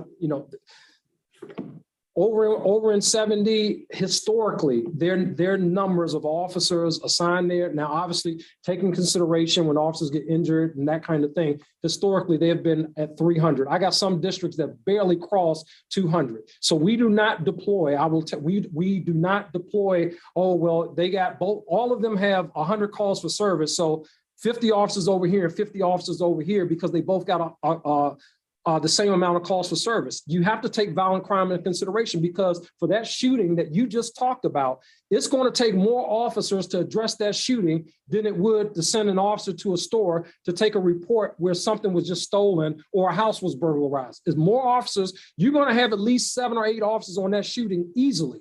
And it's not going to require 7 or 8 officers to respond to a burglary that occurred overnight. Thank you. And I would like to get the data if someone from your staff can send me the data on how many officers, because I have 7D, 6D, and 1D here in Ward 8. Yes, sir. I have a follow-up question. There was a community meeting at Johnson in which Commander Branch attended because there were at least 6 shootings at the school in the last 2 months. One in which a student was shot in front of the school.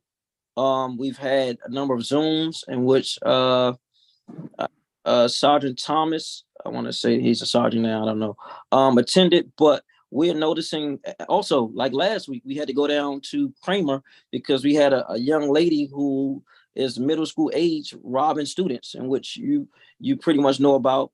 I want to, based on what you see around schools, what is your thoughts about the phasing out of officers at our schools?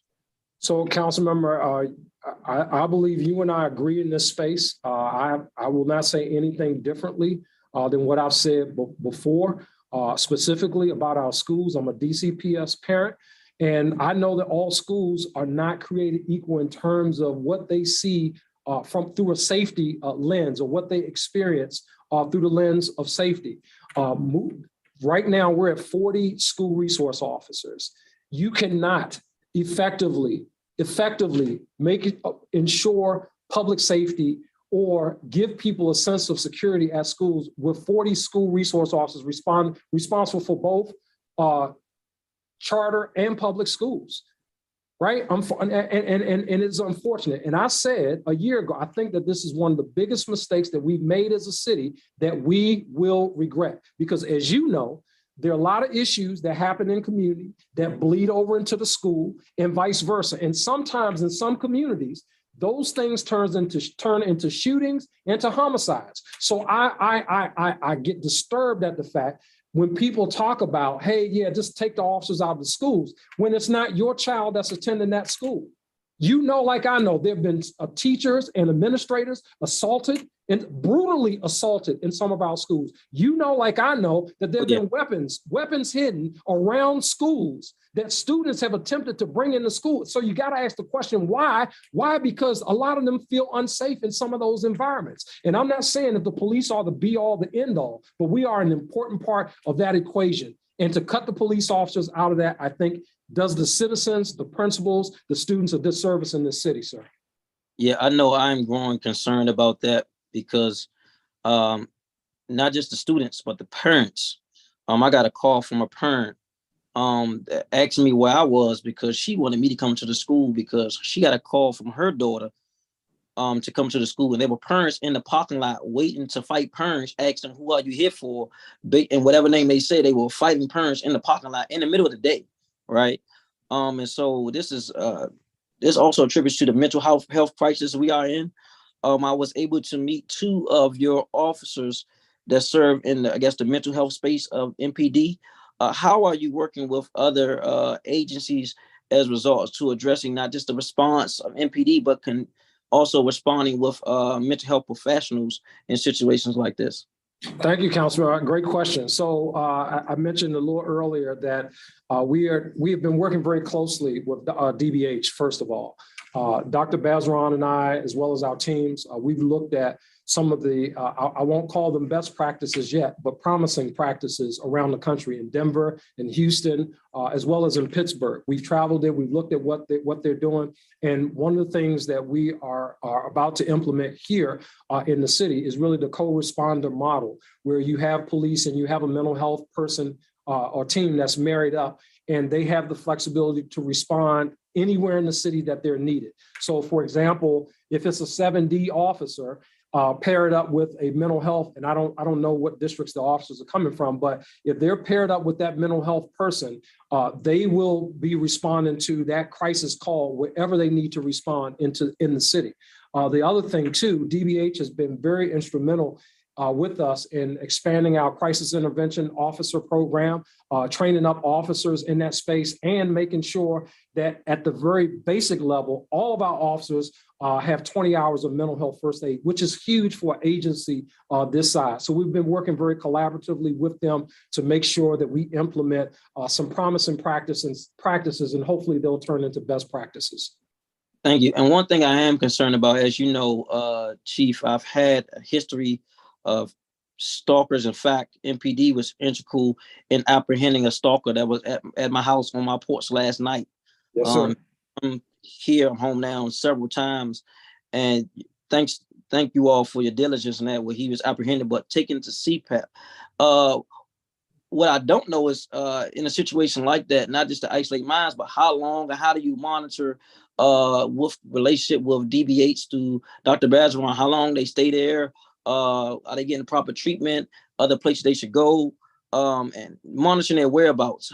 How is that interaction between after they are moved or taken off the streets? Because I see they're not being arrested, and yes, I think they treatment, but how do we monitor that? Great question, sir. So I can give you kind of the MPD side of it, and Dr. Bazran is probably, I know a little about that space in terms of what happened. So if I mess it up a little bit, she may have to clean this up for me. But I will tell you this. Once that person goes to CPEP for evaluation, there's an assessment made. And in some instances, like in the one we're talking about, a person could go for a longer term over to UMC, where that person could be involuntary committed for a period of time. I think it's up to like 2 weeks. At a certain point, once that person reaches, I guess, an acceptable treatment threshold where the mental health professionals, the doctors, again, it's not a police call, when they feel that this person is no longer a threat or a danger to themselves or others, a decision is made at that point and that person is then released. Normally, there's not a call to MPD, or at least not that I'm aware of. Dr. Bazran, again, may be better able to answer the question, but normally there's not a call to say, hey, person X, it's been a week, it's been 2 weeks, and that person is now released. Normally I don't think that is normally the process. But again, that's really kind of in the DVH space. And Yeah, work on that from the counselors to make sure there's communication with that. I'm running out of time, but Chief, what I'm consistently saying, even like in this situation, this individual who was detained last night has about over 10 court cases of violence and domestic violence, right? So he's considered a violent person, but he's back on the street, and it's happening in several different instances with repeat arrests. And I don't know if you spoke on this earlier in the hearing, but what is going on in the district between those individuals who are caught with weapons or assaults getting back on the streets? Councilmember, so I did address this a little earlier, but I mean, I think it's an important point. I really do believe that we have to start somewhere with looking at this through a different lens. Again, I'm not talking about, the person who stole something or whatever, but in the space of people who commit violent acts. And if you want to narrow that group down even further to say individuals who commit violent crimes with weapons in our communities, we have to look at what in the ecosystem, in terms of everything that everybody has responsibility for, what allows that person to be back out in community, to your point, right? Like again, what allows for that to happen? And if it's something that needs to happen, be it legislative or otherwise, then I think we need to have that conversation. I don't think that conversation is being had. I think it's being had more broadly about over-incarceration. It's being had more broadly about, we incarcerate Black males at a whatever rate. No, I mean, so I think it's a broader, I'm saying narrow that down. Let's just talk about the people who commit violent crimes with weapons in communities. And is there a way for us to do something differently as a starting point for the conversation? I'm over my time. Chairwoman, do I have room for one more question on that? Sure, go ahead. Thank you. I heard early on in a hearing about police pursuit. What prompts the helicopters to respond? Like we're having shooters in the same community over and over again, and then there's no one caught. Like I'm talking in my community, we probably had about 23, 25 people shot in the last year and a half in an 8-block radius. I mean, you're hearing gunshot like Baghdad at night. Like, so what prompts the helicopters to get in the air to make sure we identify the vehicle and apprehending these suspects? So we do that frequently, but it's not in every case. With the helicopter deployment, council member, sometimes it depends on weather. That is a huge factor. And whether or not you can even put a helicopter in the air. If you can, once they're up in the air, they're able to let's say, for example, if a community member says, hey, the people who did the shooting got into a red Jeep Cherokee. The helicopter is able to go up. We're able to work with our partners as well as in Prince George's County and U.S. Park Police, say, all right, if your bird is in the air, if our bird is in the air, this is what we're looking for, a red Jeep Cherokee. It's not sustainable to have a helicopter in the air like all the time. Obviously, fuel is like tremendously expensive, but the way that we're deployed, where we're situated, we're actually closer to Ward 8 than any other ward. The helipad is right over there near Nash Stadium. So when things do happen, they're able to get up in the air to do that, to do those runs or whatever, and to any information that we get from community, those are things that we follow up on. And I mean, I'm trying to think of the recent case. I want to say it was a robbery or shooting or something where they were very instrumental in the apprehension of the people. And that helps to kind of take some of the pressure off when it comes to these pursuits, sir, because a lot of times those pursuits get really, really, really dangerous. And when you have the helicopter up there, a lot of times they're able to just kind of help navigate the officers to wherever the end point is and say, hey, okay, the guy ran into this building. They're very helpful to us, sir. Thank you, Chair. Chief, I'm over my time. Thank you, Chairwoman. I just want to say keep that up because as we know, it's probably going to be another person shot in the next couple of hours in DC. And I want to wish that, but based on what I'm seeing every day, it's happening too often in the district and in these communities where mothers, grandmothers, aunts, uncles, fathers, people are living, man. So Yes, thank sir. you, Chief. Thank you, Councilmember. Yes, sir. Thank you. Thank you so much, Councilmember White, and thank you for your consistent calls for city to do more about this emergency, where we have people being shot and killed and at unacceptable rates. And so look forward to continuing to partner with you on some of the interventions we know will work. All right, Chief, a lot of good discussion there with my colleagues. Want to dive in a little bit more to staffing decisions. So can you run me through the numbers of officers you have in each district and how you make determinations as to which officers are going to be out of their cars, which officers are going to be part of the bike patrol unit, which officers are going to be more consistent in a neighborhood, particularly following an incident of crime? So while the team is pulling up the staffing numbers, I also just wanted to point out to Councilmember on our website under the transparency link. I think one of the things that you'll find there as well should be our staffing numbers for the agency and for each one of the districts. So we wanted to be very transparent in that space with the public, along with a list of other things that people can find there. It's only about maybe a month or 2 months old, but we certainly have that there for public consumption.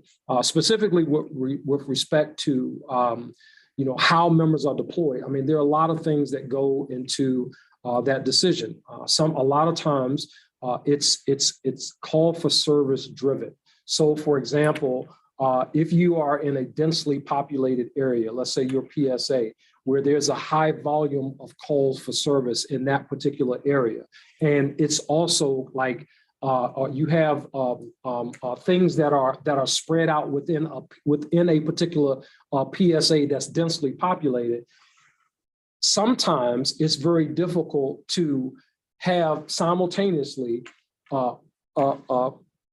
several foot officers, several bike officers, and officers who are in a car responding to calls for police service. So you really kind of got to know your police district. Like, for example, when I was a 6D commander, 1D commander, 2D commander, my deployment strategy was different for all of those districts. You cannot take a cookie cutter approach to the strategic deployment of personnel because district needs a difference. The 1D needs are different from what Councilmember White is dealing with, in Ward 8. And he has 2 of those districts that fall under his ward, but we might deploy differently based upon what's happening in that community. The other thing is we have to be a real-time, right now police department with respect to things that are happening. So, for example, you have a deployment strategy that focuses on, let's say, your business corridors. And then you get community members saying, hey, look, I appreciate you being in the business corridors,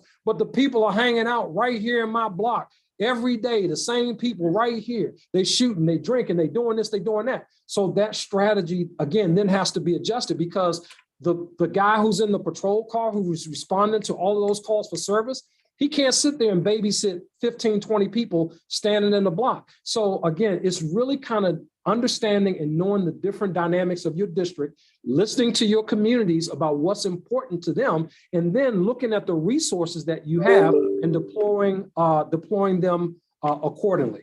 These are the current numbers here. That's all ranks. I can also give. Okay, so for all ranks, you were asking about the numbers, council members. So for all ranks, starting with the first district, their number is 278. Is that correct? That's right. And then 234. All right. And then 234 is just their officers. You go to the second district, their number is 253. And when you look at just officers, it's 212 officers. 3D 255. When you look at just officers, it's a 217. 4D 286, just officers 239. 5D 301, but just officers 256. 6D 330, just officers 289. And for 7D 320, and just officers right now, they're at 268.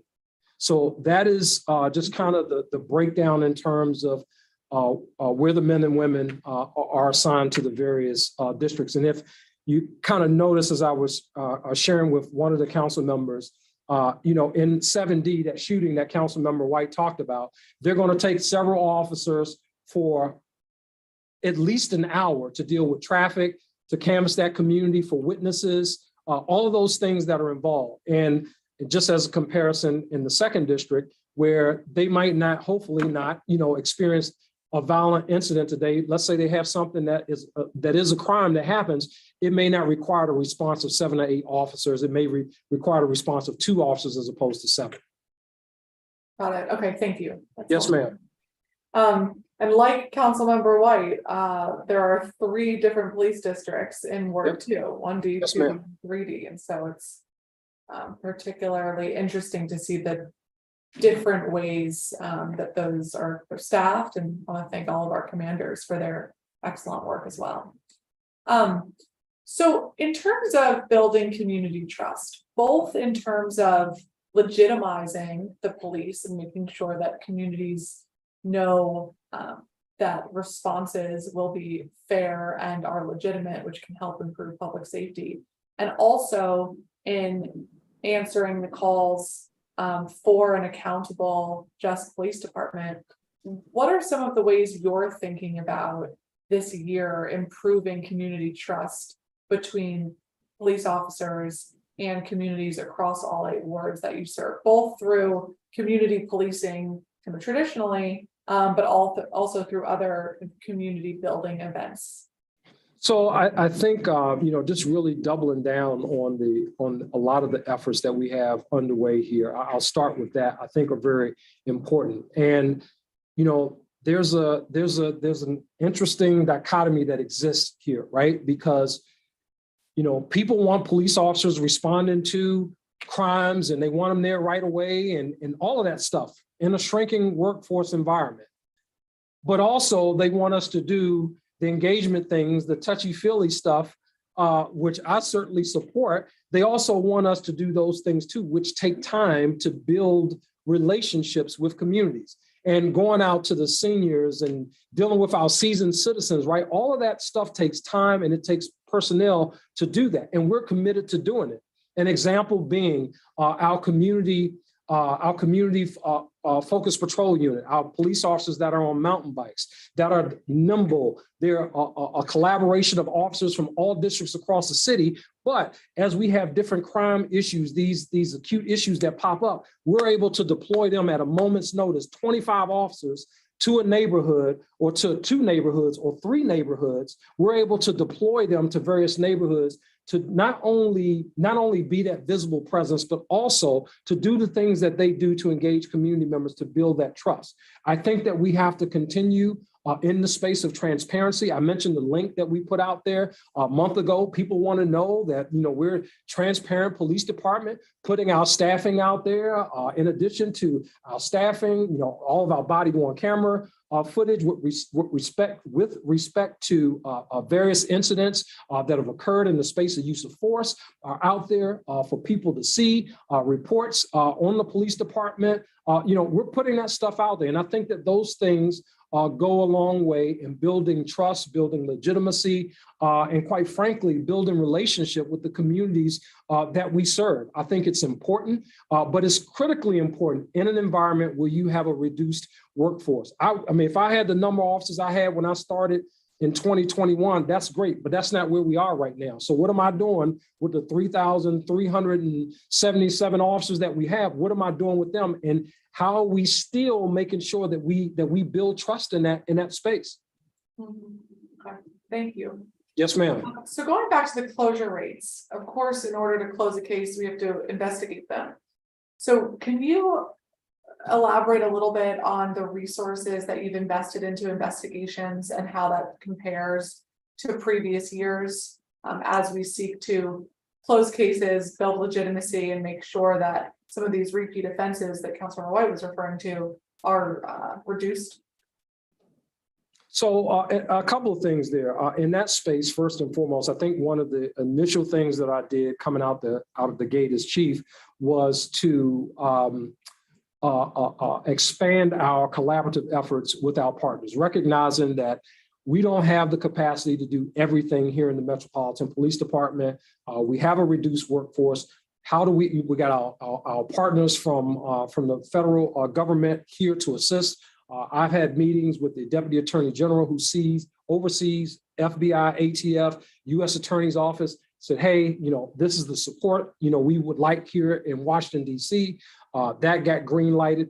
Those people who are responsible for deployment of those personnel, the U.S. Marshals, I don't want to forget them. All of these folks have really stepped up to the plate in major ways here in the Metropolitan Police Department. When we lost accreditation for the crime lab, the ATF had their vehicle here in a matter of about 3 or 4 days, so that we can continue processing firearms and evidence for cases and so forth. And that is a huge issue for us to be able to do that. With respect to the investigators, right? We started our carjacking task force because it's a real issue. In addition to that, our NIBID investigations unit, again, a collaboration to focus specifically on investigations, because otherwise, how would that be investigated otherwise? So those carjacking cases will be added to the caseload of the district detective who has robberies, who has ADWs, who has all these other things. So how much time and attention could he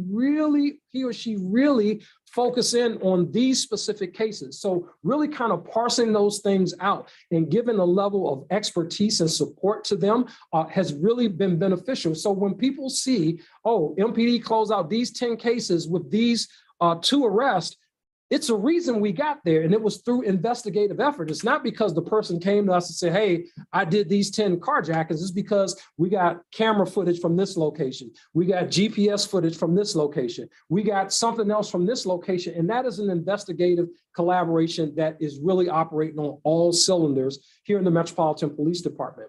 Beyond that, investments in technology are things that we have had to look at. And I'll speak about that at a very high level. Yes. I do want to hear about the investments in technology. Okay, sure. I'm mindful of the clock, so I'm going to actually move on to a it. slightly different topic, but one Okay. that you just touched on. And thank you for that, because that's helpful context as we think about the immediate needs that sometimes these investments and the whole picture will end up helping us close cases at a later date.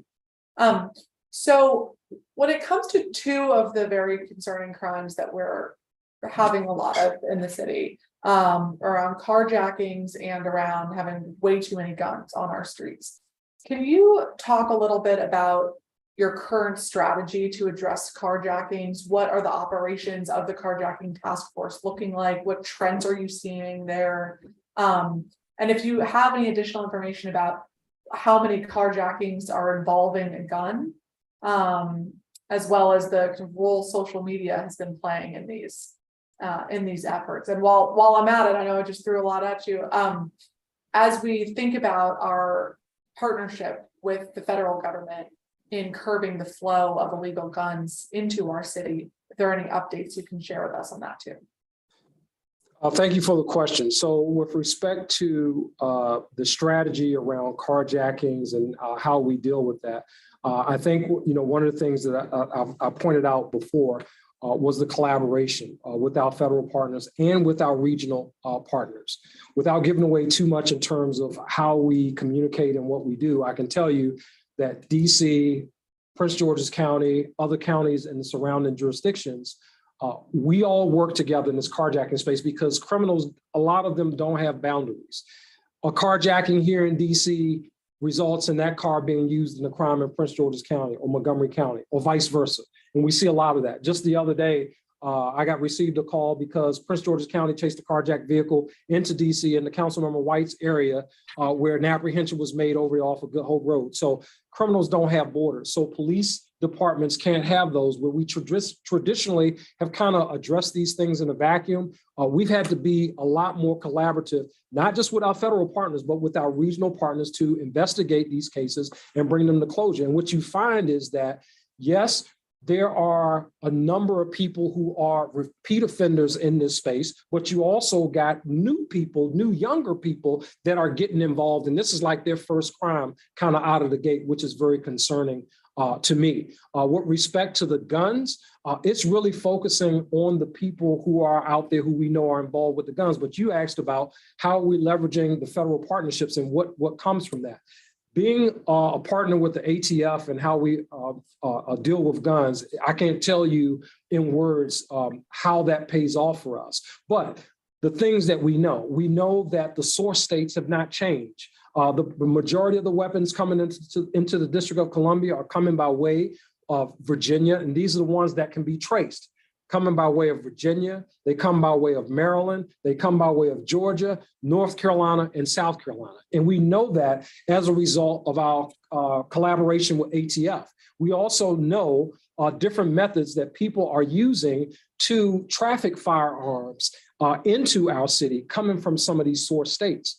The place where we have difficulty really getting our hands around is these ghost guns or these untraceable guns. Like how do you begin to tell the story of that firearm until you find a shell casing on the scene of a shooting? You don't know the origin of purchase, right? Because it may not be an original purchase. It's just kind of created. And we're looking at now, we know that historically through our partnership with ATF, we would normally see from time that a gun was purchased to the time of crime, it would be like 8 years. Now we're seeing a more condensed from the time that guns are purchased or the time that a gun shows up, an untraceable gun, but we have like ballistics, we're seeing that gun then shows up like 3 months later, in some instances, sometimes 3 years later, but that's a significant reduction from 8 years. So that's how the partnership with the ATF is really working in the space of the firearms and how it's making us really one of the best partners in this space as we move forward with addressing violent crime. Okay, well, thank you so much, Chief. And I think it warrants a longer discussion at a later date of some of the consistencies in policies and laws within the region as we seek to curb what's concerning trends. So thank you for that. I want to be respectful to my colleagues who are still here and waiting. We will turn back to Ward 5 Council Member Zachary Parker, if you are here for another round. In a minute. Councilmember Parker, are you still here?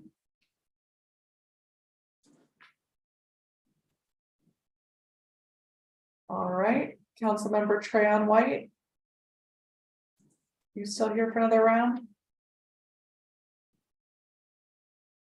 All right, lucky me. We can keep going. So let's talk about police reform. And I want to ask you about some of the specific policing practices that have been criticized, starting with jump outs. So first, does MPD have a policy regarding jump outs? So MPD does not do jump outs, and I say this through several different lenses, council member. So being a kid born and raised, right, you'll have people who will say, hey, police officers getting out the car for no other reason other than just to go after somebody for no reason. That's a jump out. That's a jump out in my mind. That's how I understood it growing up in this city. That has evolved. Now, 4 police officers could be in a marked car with information about a person carrying a firearm or engaged in criminal activity, getting out the car. People say, oh, that's a jump out. In my definition, in the way that I've understood it coming up in the city, that is not a jump out. And it's not something that we support here in the Metropolitan Police Department. Here's what we do support. What we support is police officers being intelligence-led in the space of focusing on people who are carrying firearms or committing crimes in our communities. Now, that's not always readily apparent to the observer who might be out there watching when they see police officers approach a person. They don't know that Miss Smith, who lives in apartment 2, who's tired of these 3 individuals standing out here every day, has called the police to say, hey, this is what's going on in front of where I live. That guy has on compression shorts and he has a firearm in his waistband. Like, the community members might not know that necessarily, but we have been more, since I've been chief, we have been more intelligence-led and strategic in focusing in on how we recover guns and not using jump out as a tactic where we don't have any information other than we just get out the car and just see who run and just chase that guy. That's not what we do. And I have been very clear with our team about that is not an acceptable practice under my leadership here in the Metropolitan Police Department. Okay, thank you. There's also been a larger discussion lately about the gun recovery unit, particularly following the killing of Tyree Nichols. And there are some who say that it's an oversight issue, some who say that it's a problem with the program itself. If we are going to have these specialized units in DC, what is your view on how we minimize the potential harm that they could cause? So a couple of things. First and foremost, we retooled out the gun recovery unit 2 years ago. We have violent crime impact teams that are not just MPD folks. It's consistent with what I've stated to you about how we operate now. It's consistent of MPD officers, FBI, ATF, DEA folks, all working in the same space, not what our traditional gun recovery unit was several years ago. Their efforts have been more focused on investigation of individuals who are out here committing violent acts in our communities. But to your question about how we address these issues, I've said this publicly before, and I think it reigns true. We did it there.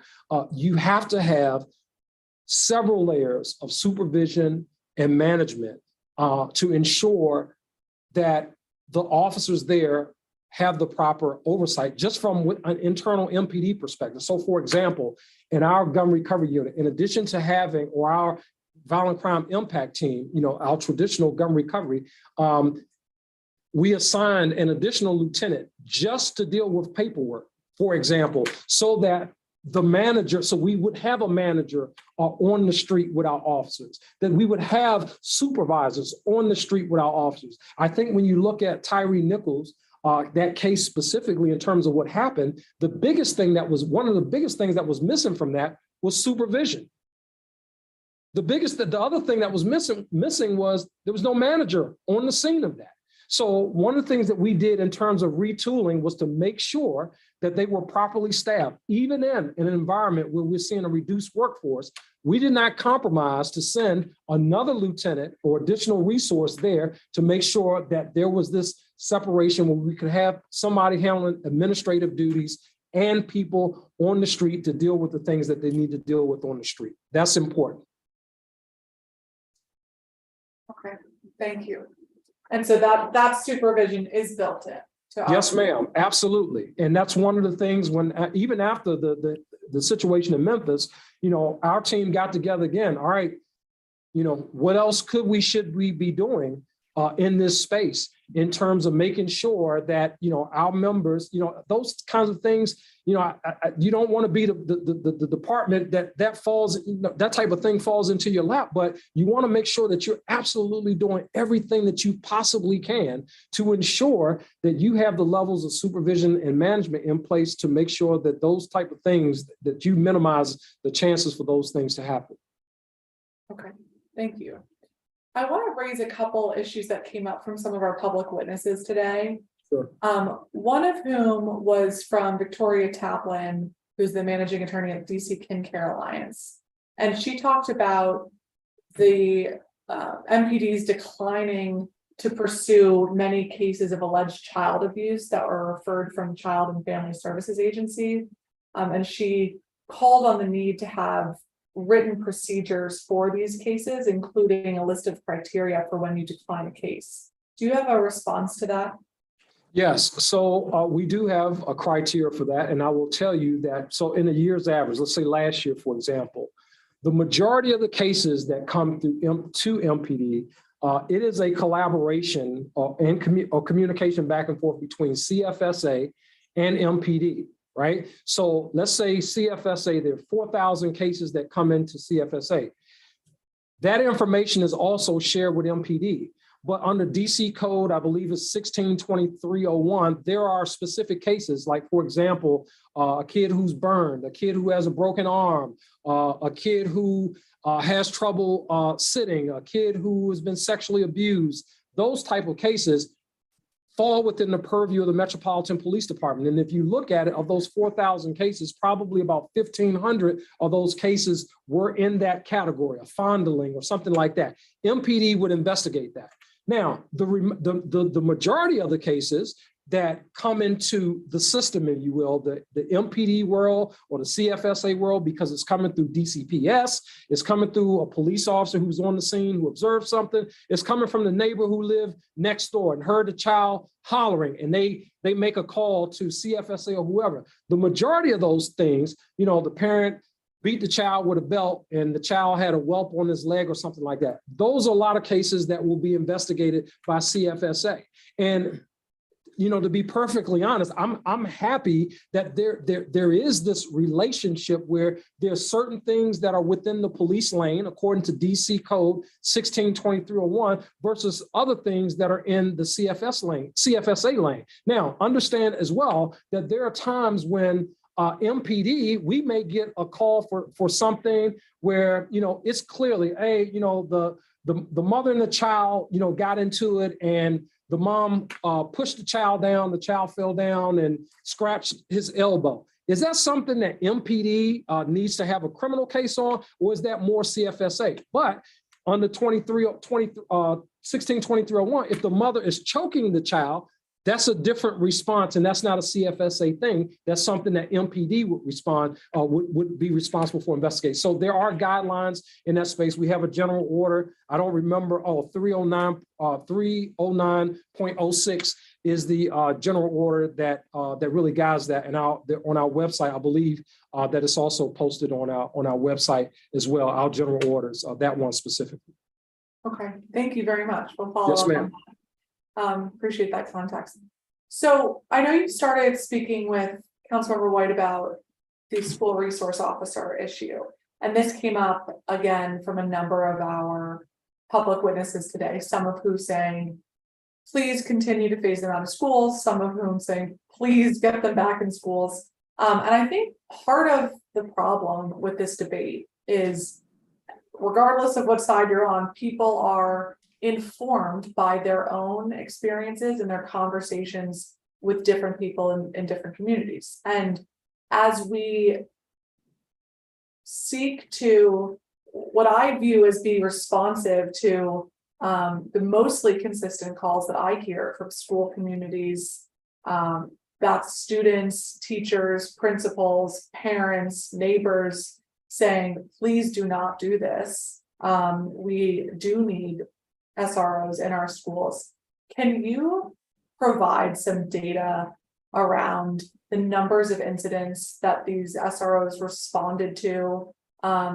Maybe we can do it for last year if you have that handy, and provide some context there so it's not so qualitative based on various conversations that we're having, but to illustrate what these officers are really doing and how, if they're being effective.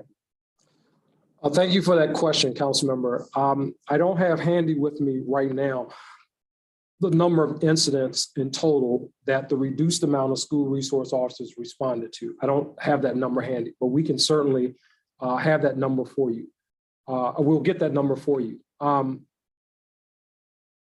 If I could just really make 2 points here that I think is important to note. We started the process in the Metropolitan Police Department of revamping our SROs several years, even before I became the chief, in terms of how we engage juveniles. You know, when do we arrest? When do we not arrest? When do we call a supervisor? You know, if the kid is 12 years of age or under, you know, there's a certain level of authority that has to happen. So I agree. I think that people, a lot of time, their opinions are informed by what their experience may have been, and not even in our DC public school system with our SROs here, which is troubling to me on a number of different levels. But beyond that, I think that the thing that we have to do is we have to change the conversation a bit to say, if the officers are in the school, what is it we want them to do, right? Because I think what people will find is that MPD has made that, they have already made that transition. And the surrounding agencies last year, when they started changing their policies, their new policies about how their kids will interact with youth at school are things that MPD had already started doing before we got on this track to reduce the number of officers. So it boggles my mind how in all of the surrounding agencies, everyone take the officers out of school, take the officers out of school. And then that turned to, well, we'll put them back, but we're going to change the way we do it. This is what the officers are going to do. And we're going to train them. We're going to give them more training and we're going to call them something different. With the exception of calling them something different, our SROs were already getting 40 hours of additional training over top of what the regular police officer get in the space of mental health and dealing with young people who have emotional issues and challenges, et cetera. We were already doing that. But where we are now in this space where we only have, I think it's 45, we're to be down to 40 by July 1st. Now it's a question of how effective can we be with the numbers that we have. And the truth be told, even if you said to me, or there was some legislative change to say, okay, 40 more officers in the school, I don't have the capacity without taking them from patrol or someplace else to just put 40 officers back into the school, because the majority of them who are operating in that space retired, and some of them have retired and come back, or some of them have been long SROs or have been SROs for several years. When they were eligible to retire, as we start to attrit down, they left. So we got the number that we have right now. I'm hopeful that we can build back up at some point, but we are in a very, very tense space, I feel like, in terms of what I hear from principals and teachers. Watching, it's very troubling to me watching an administrator from one of our area high schools, just be pummeled for no reason, by a student who was just out of control. And I'm not suggesting that, hey, look, arrest is the be all, the end all, or that the SROs wasn't there. Or when I hear students talking about how they're just trying to navigate from class to class and have to worry about the neighborhood disputes that just build up and explode that we don't hear about on the news. Those are the areas that really trouble me. And I think if we have the conversation around what is it we want them to do if they were there, I don't know, maybe that might have people feel a little differently about this issue. But I'm a DCPS parent, and my voice, other than just being chief of police, counts for something in that space. Well, thank you. And I think that context about training is really important. Is that training specifically on how to engage with kids different than just an officer on the beat in the community, or on specific childhood development or mental behavioral issues? And I'll just ask you this also, Chief, and maybe someone on your team may have it if you don't, do we have the numbers on how many guns were recovered from kids, how many assaults there were, and how many shootings that these SROs responded to? Yeah, we'll have to follow up on the specific numbers for you, council member, to see what the tally is. I know we have that somewhere, but we'll get the school-based incidents, what the officers have responded to. We also have guns recovered or that have been recovered like last school year around schools, how many we have to date. We have that information, and we will certainly get that to you. The question about the training specifically, there's a NASRO, the National Association of School Resource Officers, that we partner with in the space of training our school resource officer. And yes, it is a higher level of training than what we give to our regular police officers who just, respond to calls for service and the other things that they do, because there's a lot of relationship building that has to happen there. We have kids who tell our SROs about fights that are about to go down, about somebody who stashed a knife or a gun outside of a school, or somebody who's thinking about committing suicide, and all these other things that happen. And some people may argue, well, that's not the police space to deal with that. I got to tell you, if we're talking about community building and building relationships with law enforcement, one of the best places through my experience and a lot of people who I associate with and people who I encounter all across communities, all across the city, that relationship started with an SRO somewhere. And I think recently I heard, I didn't even know this, that the most successful summer youth employment program is the DC STARS program, where they have the most kids who want to sign up. The kids are consistently there, the least amount of times that they call out absent, because those kids in the STARS program work without SROs from the school. I just learned that about a month ago, but it was mind blowing that kids in our community, again, signing up to work alongside our officers, come to work every day. But there's this narrative that, oh, you know, all the kids in the city just hate the police. And that's just simply not true. Thank you for that. And I will look forward to seeing those numbers. I think that Yes, ma'am. We will get very that to you. helpful. Yes. Appreciate that. Okay, so moving on to domestic violence. This is a major concern of mine and the committee, and something that we're focused on now from a funding perspective, and making sure that there are sufficient beds for survivors and that our processes are clear for folks. We've had a number of issues where there's been lack of information or clarity for folks trying to get access to help, and when a situation like that arises, time is of the essence. Can you talk a little bit about some of your training of your officers in responding to calls for service for domestic violence? And specifically, a couple of issues came up today with a delay in paperwork through MPD and seeking civil protection orders, and that the order doesn't go into effect until the order is served. And so if there's paperwork delays, then that could really put a survivor at risk. Thank you for the question. So yeah, there are a couple of things with that. First and foremost, in the domestic violence space, that's obviously a space that we take very seriously. I feel like we have very close collaboration with some of our nonprofit partners, DC Safe, OCAP. I mean, like, we don't feel alone on the scenes of these domestic cases. Our officers are trained to make calls to advocates, to connect the victim to the advocate, to address any housing issues, any immediate security issues, or anything that needs to be addressed that our police officers don't have access to. We do have access to a phone, and we do have access to resources. We put training out. We've done that in collaboration, I believe, with DC Safe as well.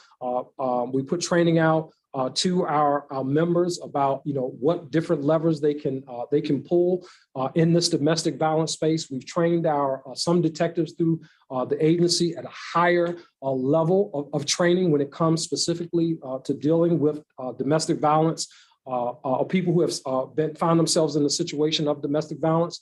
But I want to talk specifically about the issue you talked about with the delayed paperwork piece.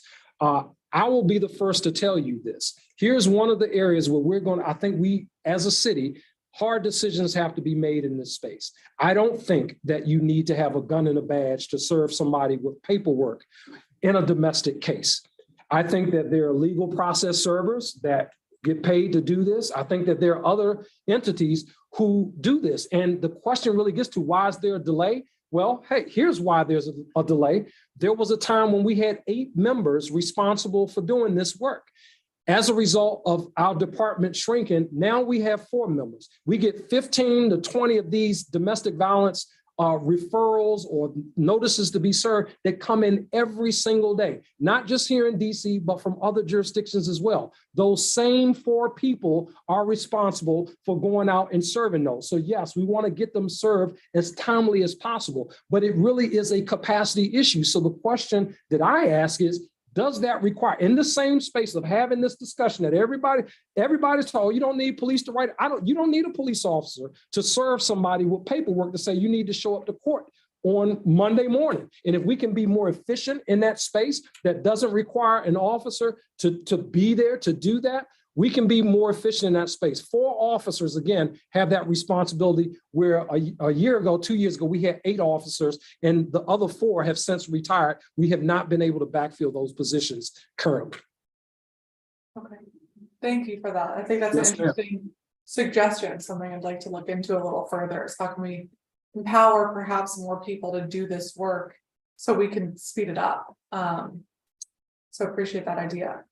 So we had a number of witnesses testify today and in other conversations with the community over the last several years about the need to have the police be one part of our public safety toolkit, but isn't the only part.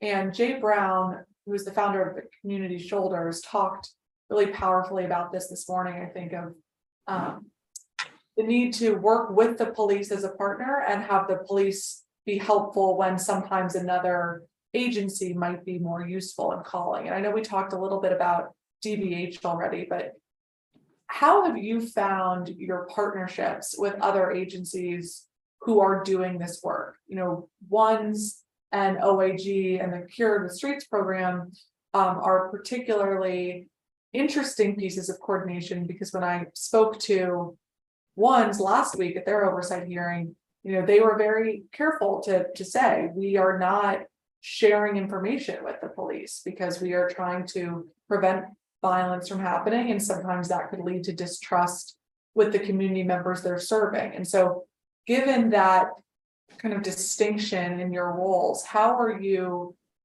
viewing your partnership with other community-based organizations in a way that leads to what is all of our shared goal for improving public safety without undermining each other's core mission?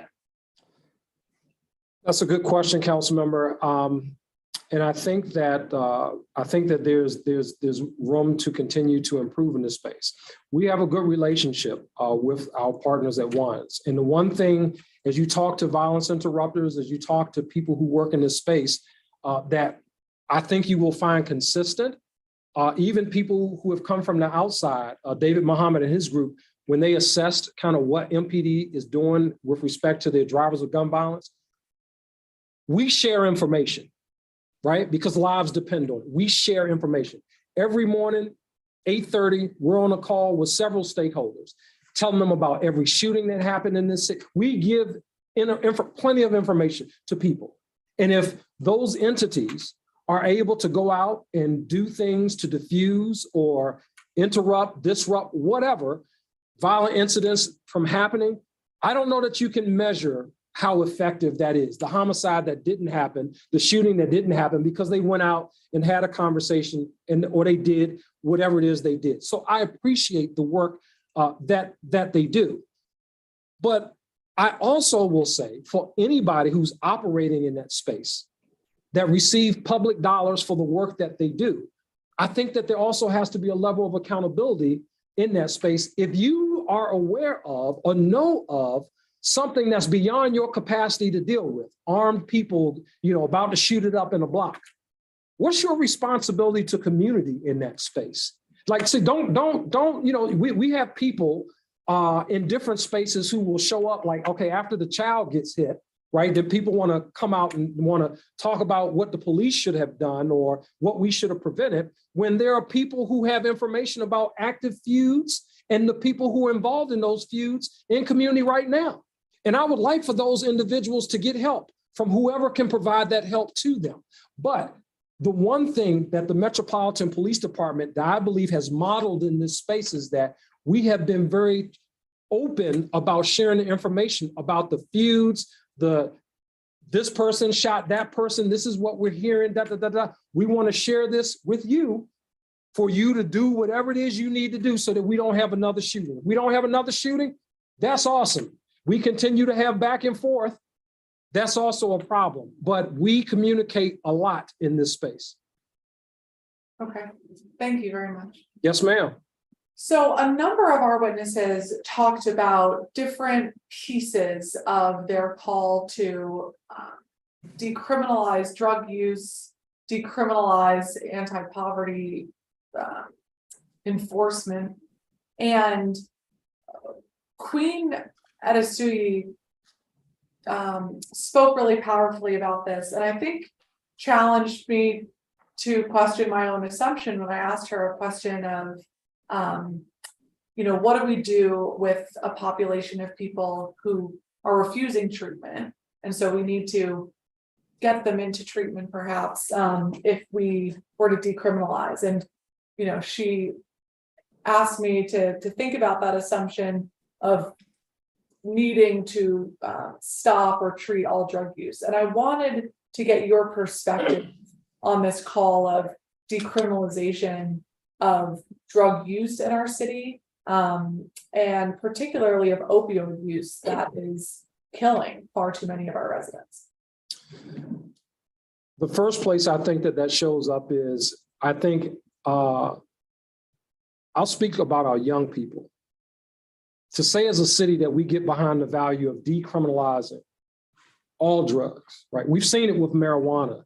And some people may agree, disagree with me in terms of how our young people are showing up in school and other places. I think we are on a very, very, very slippery slope in this space. And as you have probably heard me say, people respond differently depending on their proximity to the pain. It's okay until that person where we've legalized whatever plows into, the bus stop with the kids standing there, and now we standing over 5 or 6 children while we've legalized, we've said it's okay. While we've said it's okay, and young people who their frontal cortex is not fully developed, and they're making poor decisions in some instances, feel like it's okay to experiment and play around in this space because the city has said it's okay. It's not a big issue.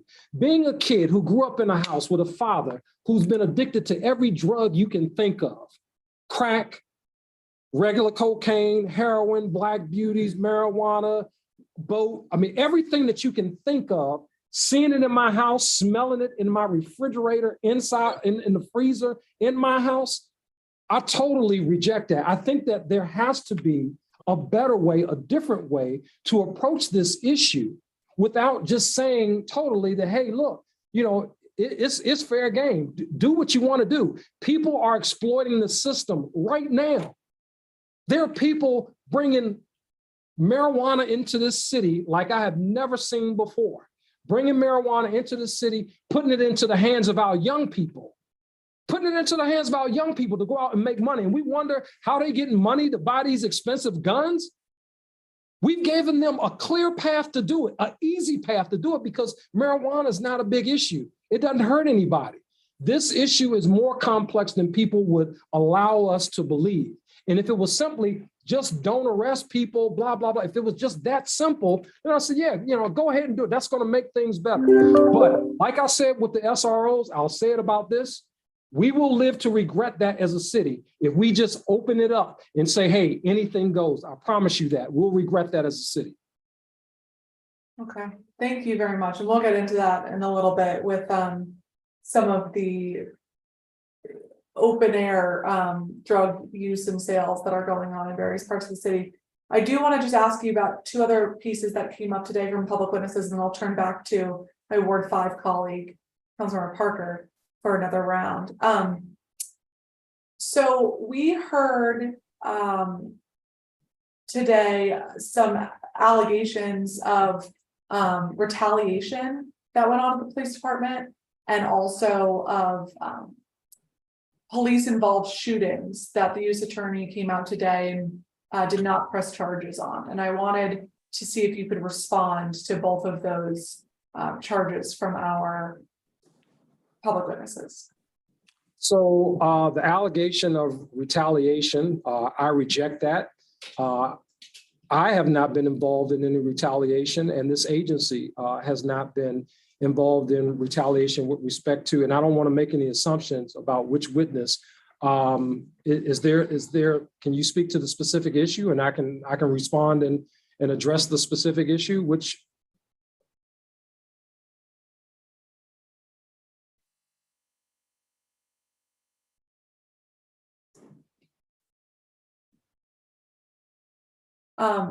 thank you. Sorry, I was muted. This was Ms. Dickerson's testimony. Okay, so I have not involved myself and the members of this agency in any acts of retaliation.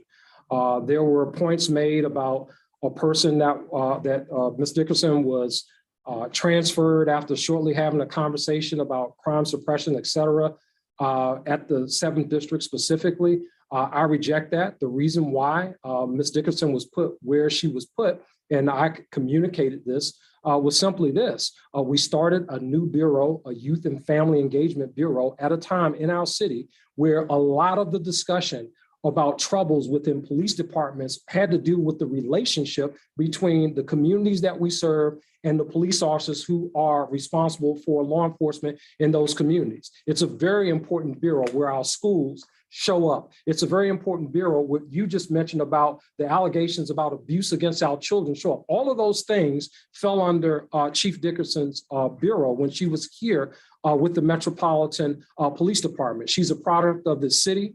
She graduated from high school in this city, born and raised here, certainly has been very public about a lot of things that she encountered growing up, a lot of the same experiences, it being in a tough neighborhood that I had to deal with. She was passionate about kids. I felt like it was an ideal bureau for a person who brought so much passion to that space, to operate in that space, and to do things in terms of how law enforcement shows up in that space with our young people to really make a difference in that space. That's the reason why she was transferred to the area that she was responsible for. Her pay was not reduced. Her rank was not reduced. She was an assistant chief. She left here as an assistant chief. So, you know, if she feels that way, I'm sorry that she feels that way, but that's not my reason for moving her to where I moved her to. The other piece in terms of retaliation, I won't get all into the specifics of all those other cases because those things are tied up in litigation. But what I will say about this in terms of the complaint against Chief Dickerson, those complaints were not investigated by the Metropolitan Police Department. There were some EEO allegations that were made, and knowing that there was some tension there between our former assistant chief and our internal affairs space, we sent those investigations out to other EEO investigators within the district government to investigate so that there would not be an appearance of the Metropolitan Police Department unfairly being involved in whatever. So no retaliation there on the part of this department, on the part of myself. It was really an effort to ensure that, hey, here's a transparent, independent third-party person to investigate the allegations that were made by somebody else against an assistant chief. So again, I mean, that is a little disturbing, obviously, for me. I respect Chief Dickerson for the service to the men and women of the Metropolitan Police Department in the city over her years of service. She retired in good standing from our police department. And I mean, that's really all that I can say in response to those things. You mentioned something too about the shooting, the U.S. Attorney's Office. I've been in this room, so I don't know everything that's going on out there, but for the U.S. Attorney's Office declining to prosecute, they do like they do in every case. They have independent authority. They have separate investigators from the Metropolitan Police Department. We provide them with the preliminary information that we gather.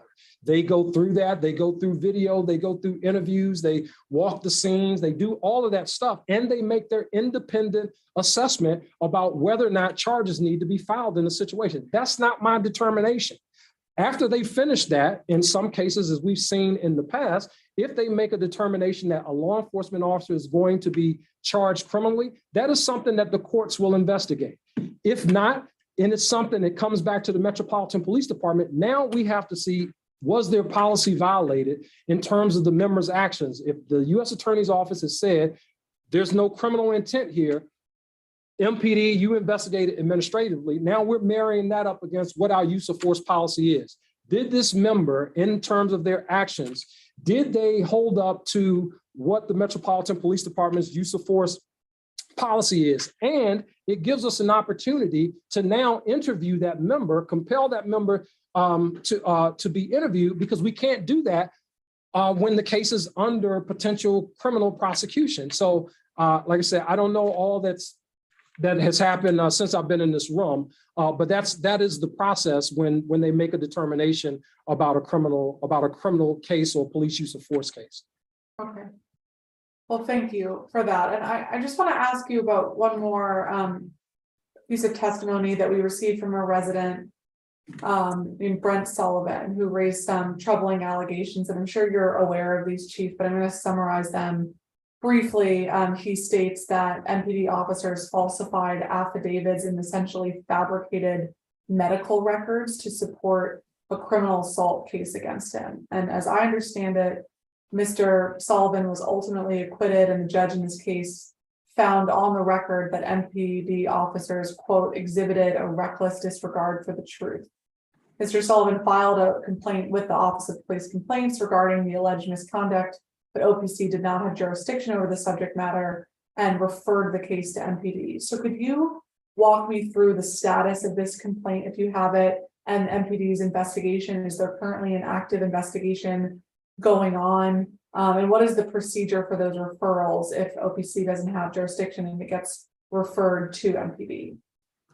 So this complaint actually started before I became chief and has been investigated multiple times by internal affairs, by district officials, et cetera. And it's probably going to take longer than the 7 minutes that we have to talk about this. I may need to really kind of sit down and kind of walk you through it, but I'll try to give you as high level, as concise as I possibly can. And really to put some things in context, some of the statements that you made, for example, where I believe it said that the MPD members, that they fabricated a warrant or affidavit or something like that. The fabrication deals with, there was, I think, the community member who was the victim of an assault. That community member reported to law enforcement these injuries to include a concussion. In the affidavit, there was some mention about documentation about this concussion. The initial member who wrote the original affidavit did not have the documentation about the concussion, but the person who did the investigation of that, when checking with medical professionals from where this person received treatment from several days later, says that this person was treated for post-concussion something or another, right? So that was an issue, and that came up, and the judge had to make a determination. I believe they had what's called a Frank hearing or something like that. But the judge had to make a determination based upon this warrant that was, or this affidavit that was written inappropriately. The judge had to make a determination about whether or not this case, based on what they knew at that point, should this case continue to trial. The judge ruled that the case could continue in trial. The case continued on in trial.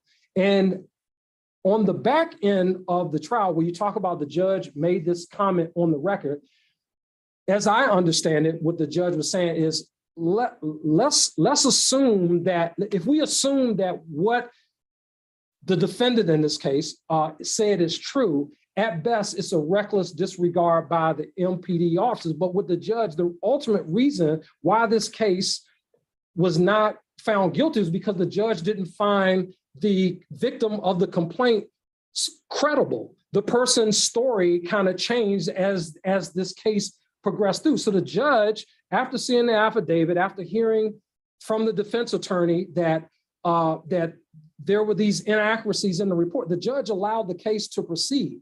The case proceeded, and as our judicial system should do, if the judge feels like, hey, like there's not enough here to convict this person, the judge did what he did. The person got acquitted. He was not, he was found not guilty or whatever it was, acquitted, not guilty as a result of the findings. So those are like some of the facts as I normally like. I'm trying to make a long story that's been going on over several years. I'm trying to really get this down into 3 minutes, but that's the meat and potatoes of what I understand. At one point, it went to OPC.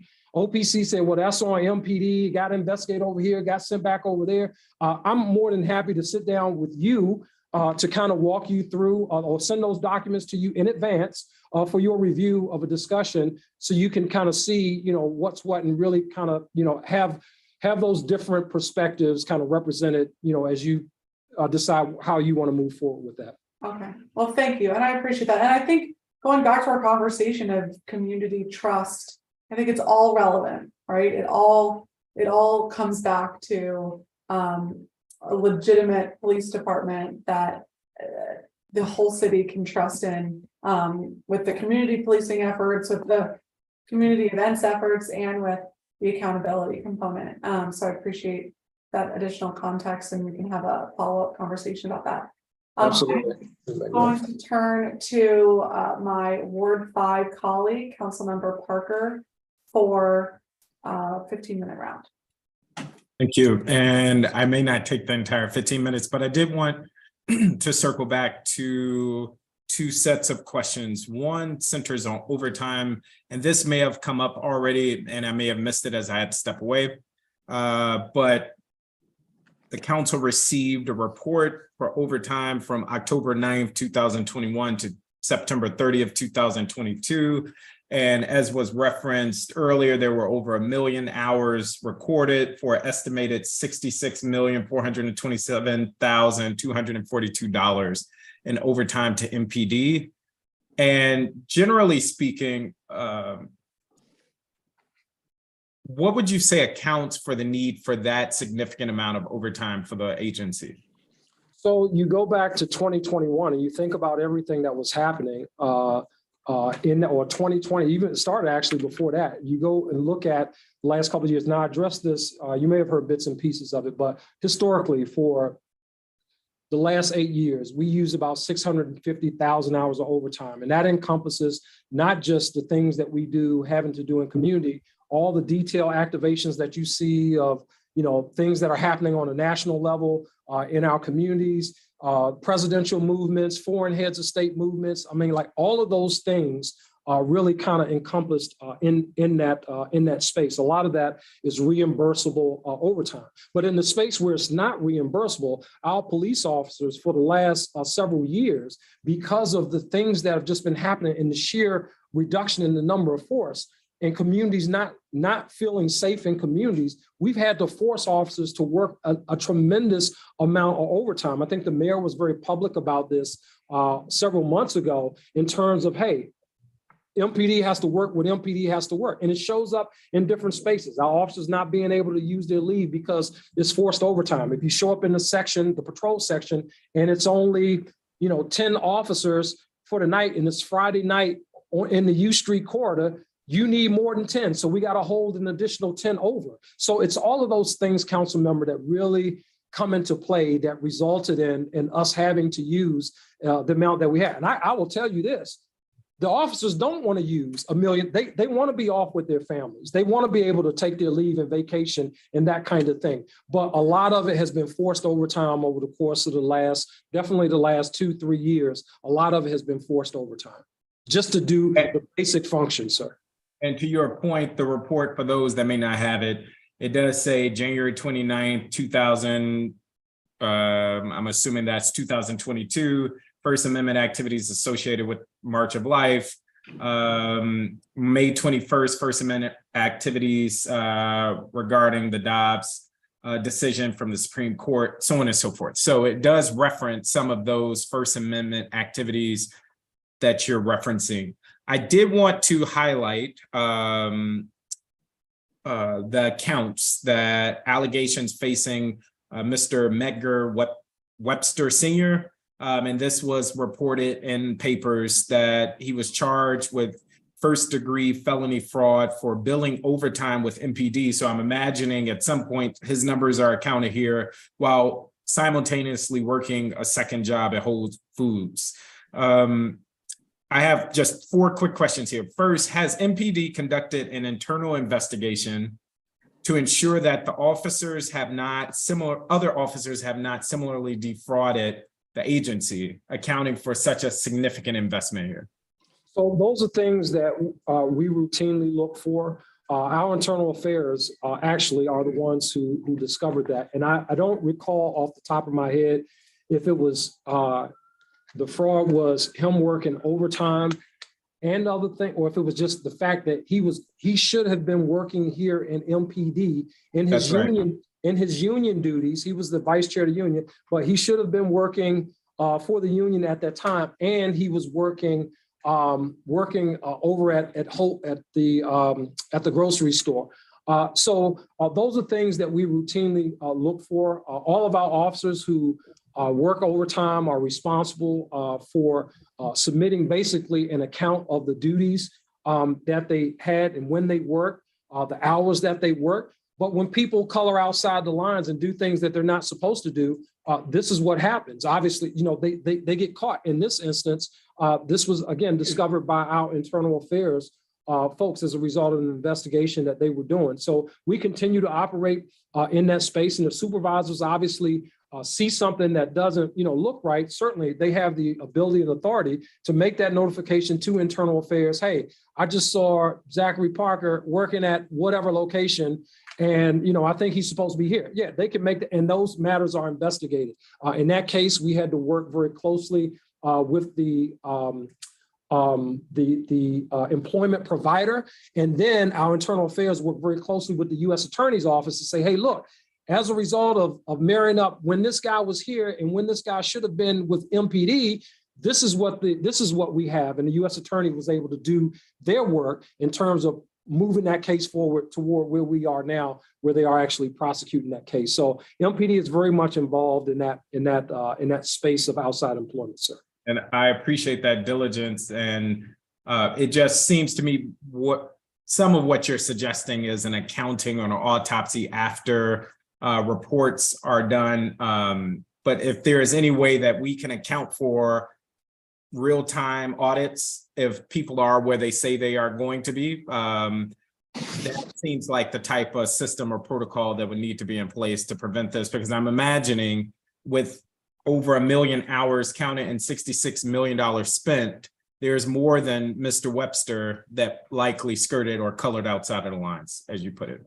So I would hope that not, but to your point, sir, we certainly do integrity checks within the agency. And like I said, it's nothing that stops a person if you observe that. I mean, again, in terms of the MPD, just to so that you're clear about this, MPD does not manage, we're not the managing entity for people who are working outside employment, right? That is a contract between, so if I work for you, that's a contract between the two of us. You just happen to wear the MPD uniform. There's a provision for that. There's a uniform allowance that a person pays to be able to do that, to be armed, but that's a contract between the two of us.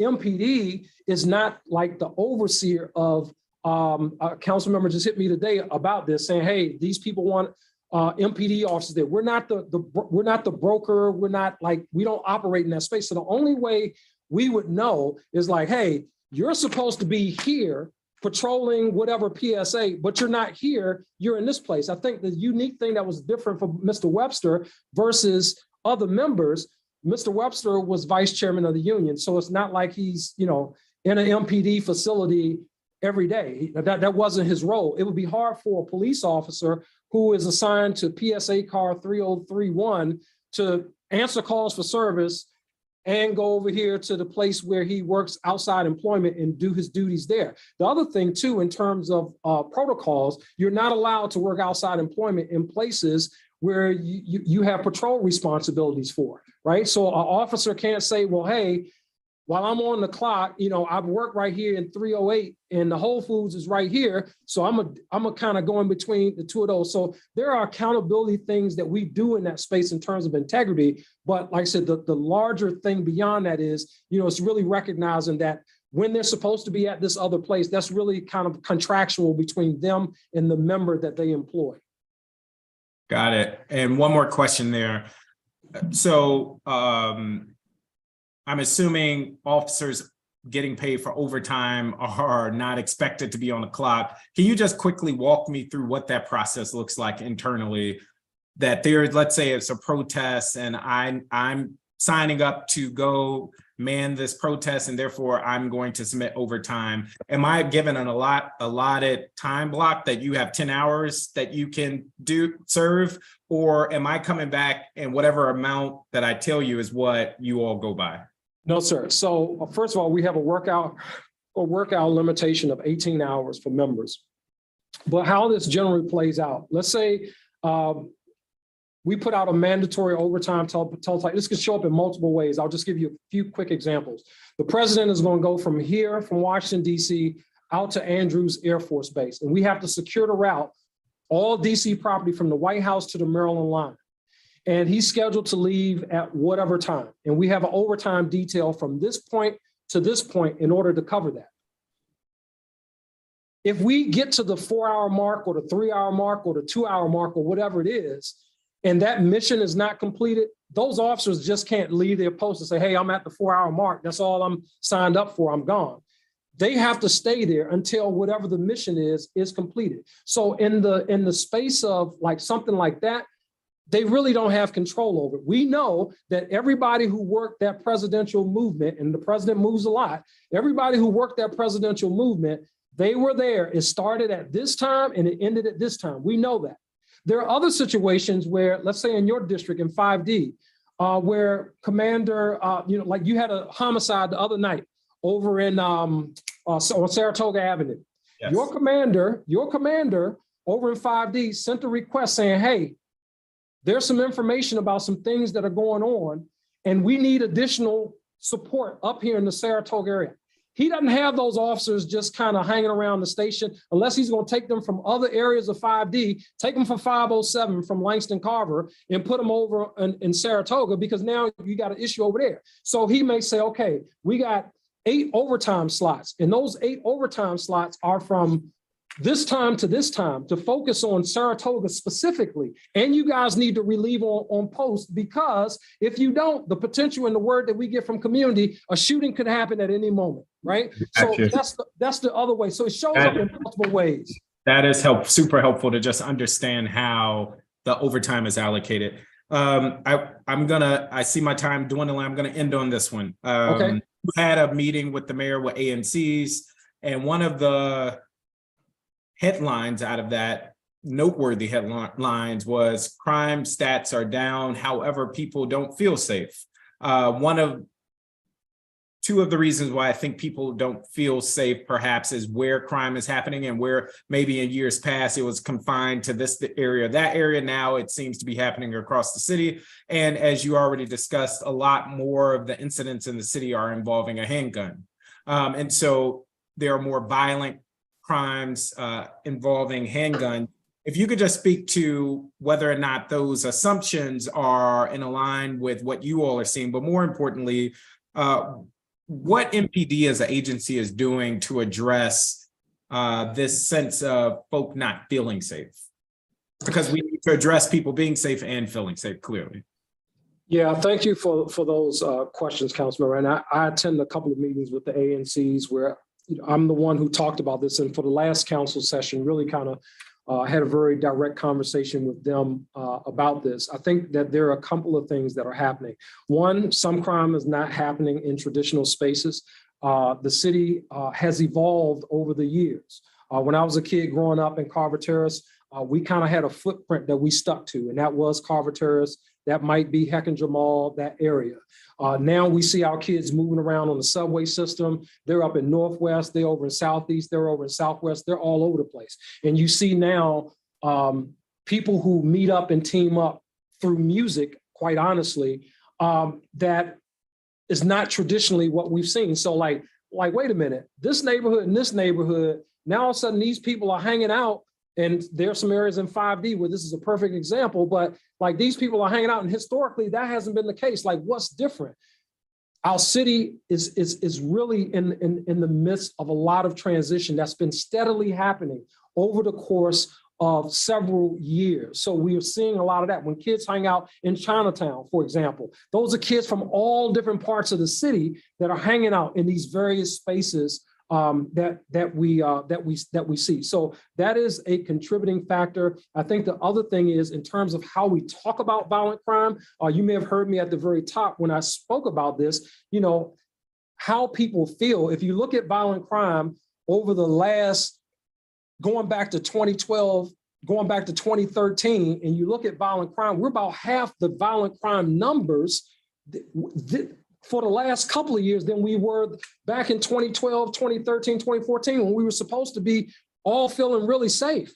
But what is different is people using guns now in the commission of the violent acts and seeing more of those incidents that are happening. That's where fear really sets in for a lot of the communities that we deal with and embrace. So again, to your point, now, how do we respond to that? What do we do as an agency to try to reassure people in the same space where you have a dwindling workforce, in the same space where there's a lot of debate? We want to see the police. We don't want to see the police. We want them in the schools. We don't want them in the schools. I will say this to you, council member. I haven't been to too many communities where people are saying, well, take my police and you can give them all over to council member Parker because I don't want them in my community. I have not experienced that yet. So what we try to do is, with the resources that we have, be very intentional about how we deploy. So for example, it would not make sense for me to have 5 officers down around Hechinger Mall when you just had a homicide and people shot up in Saratoga the other day. So we have had to be nimble in our response in terms of, like, each week could look differently depending on what's happening in your ward. The day could differ. The time of day could differ. You have some areas in your ward, sir, that are more active in the daytime or more active at night, but least active in the day. So does it make sense to have, the same amount of resources deployed during the day shift in this particular community when they normally don't start seeing people really moving about until later on? So in that, there's a lot that goes into the strategic deployment of personnel and a lot of factors that have to be taken into consideration. The last thing I would add is really community response in that space. And a lot of times community members are like, not over there. When y'all show up over here, y'all put the light tower up over there, they go around there. So it's okay, now we're listening to community. So we need to kind of readjust what we're doing and position officers where we need them to help community members feel safer through that deployment, sir. And other things, I know we're out of town, but and other things to really try to reassure the community that, hey, look, even in this space of dwindling resources, we can still point to violent crime reductions. We don't want to negate the fact that we still got people who feel less safe. It's an indication that we want to head in the right direction, that we are, but recognizing the true sense that people are dealing with every day when they hear gunshots in their community. Thank you, Chief Conti. That is my time. I just would say, referencing the killing that in Saratoga, I invite you to join me in wrapping our arms around that community. They are in a lot of need for a lot of loss over the last few months. And I'll follow up offline just around some of the specific requests the community has for just support for what's happening in that I'll be happy to do it. Been there many times before. Tell Smoke, let's hook up. Anytime, yeah, sir. Will do. Thank you. Yes, sir. Thank you very much, Councilmember Parker. All right, Chief. Let's talk about Ward 2. Okay.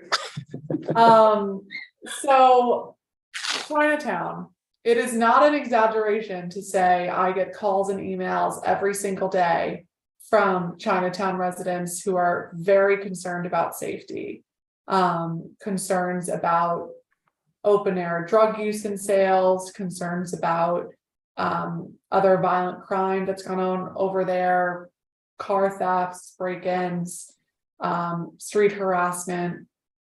And it's my understanding that we had a Asian liaison unit in Chinatown that was disbanded. One of the things I tried to get the mayor to fund last year was a new police substation in Chinatown, even if the physical footprint of the substation was small, to have a dedicated unit to the area. And I have now received notes from many constituents that MPD told them yesterday that the traditional 30-man Chinatown unit can no longer be sustained due to our manpower constraints. So I'm especially concerned because I was hoping that we could ramp up presence, and now it seems like we're going in the opposite direction. What's going on in Chinatown and what's the plan? So a couple of things, council member, in that space, and all of these, a lot of what I'm going to say is going to tie back to or tie in with the things that we've been talking about with respect to staffing. But let's talk about, what people see in Chinatown. A few minutes ago, we were talking about, people who want to legalize drugs and all that kind of stuff. It's really saddening to me to go around, walk around and see people engaged in the use of marijuana in public space. Oftentimes, some young people, some not so young people engaged in marijuana use. Sometimes, they're unhoused people who are just milling about, not necessarily committing crimes, but milling about. Certainly, there are people who engaged in things like committing crimes in the area of the metro station there, which now, we have some officers, MPD officers that are deployed there to assist metro. But I think there has to be an important distinction between what is unsightly and what is unlawful. And there's a big distinction there. And this goes back to what I said, before, like people respond differently depending on how close they are to these pain points. And in this space, there's a lot of unsightly things that people don't want to see that now, it's like, well, hey, law enforcement should be able to do what exactly with the homeless, the unhoused man who, urinated and defecated on himself, screaming, yeah, we get them some help, call some people, try to do whatever, but through the law enforcement lens. I think that is really kind of one of the challenges when you talk about some of the unsightly things that happen. But Chief, I want to hear the end of your answer, but I want to just question this piece of it because yes. One of the conversations around the revised criminal code last fall was from the police. Sorry. I can hear you. Was from you all at MPD saying we cannot decriminalize public urination, defecation, blocking the sidewalk because it will remove this tool we have. And so we said, got it, makes sense. That was put back in. But now I'm kind of hearing you say, and I've heard officers say, well, what do you want us to do about these things? And that's not what I'm saying, council member. I'm not saying that. So an example that I was using, I'm talking about an unhoused person who defecated or urinated on himself. That's different to me than somebody who's in front of Clyde's who pulls his pants down and takes a leak in front of Clyde's in terms of how we would deal with that. The guy who defecated or urinated on himself, maybe that guy needs some kind of assistance from somebody other than MPD. That guy who urinated or defecated in front of Clyde's, maybe that guy we need to have that as a tool in order to arrest that guy. And every instance is not exactly the same. But again, when people are close to that pain point in terms of what they see, the unsightliness of it, like they want the police to respond to that, right? And this is something. There are a couple of other assumptions that are being made by community members. I just want to kind of clear up. So first, the Asian Liaison Unit has not been disbanded.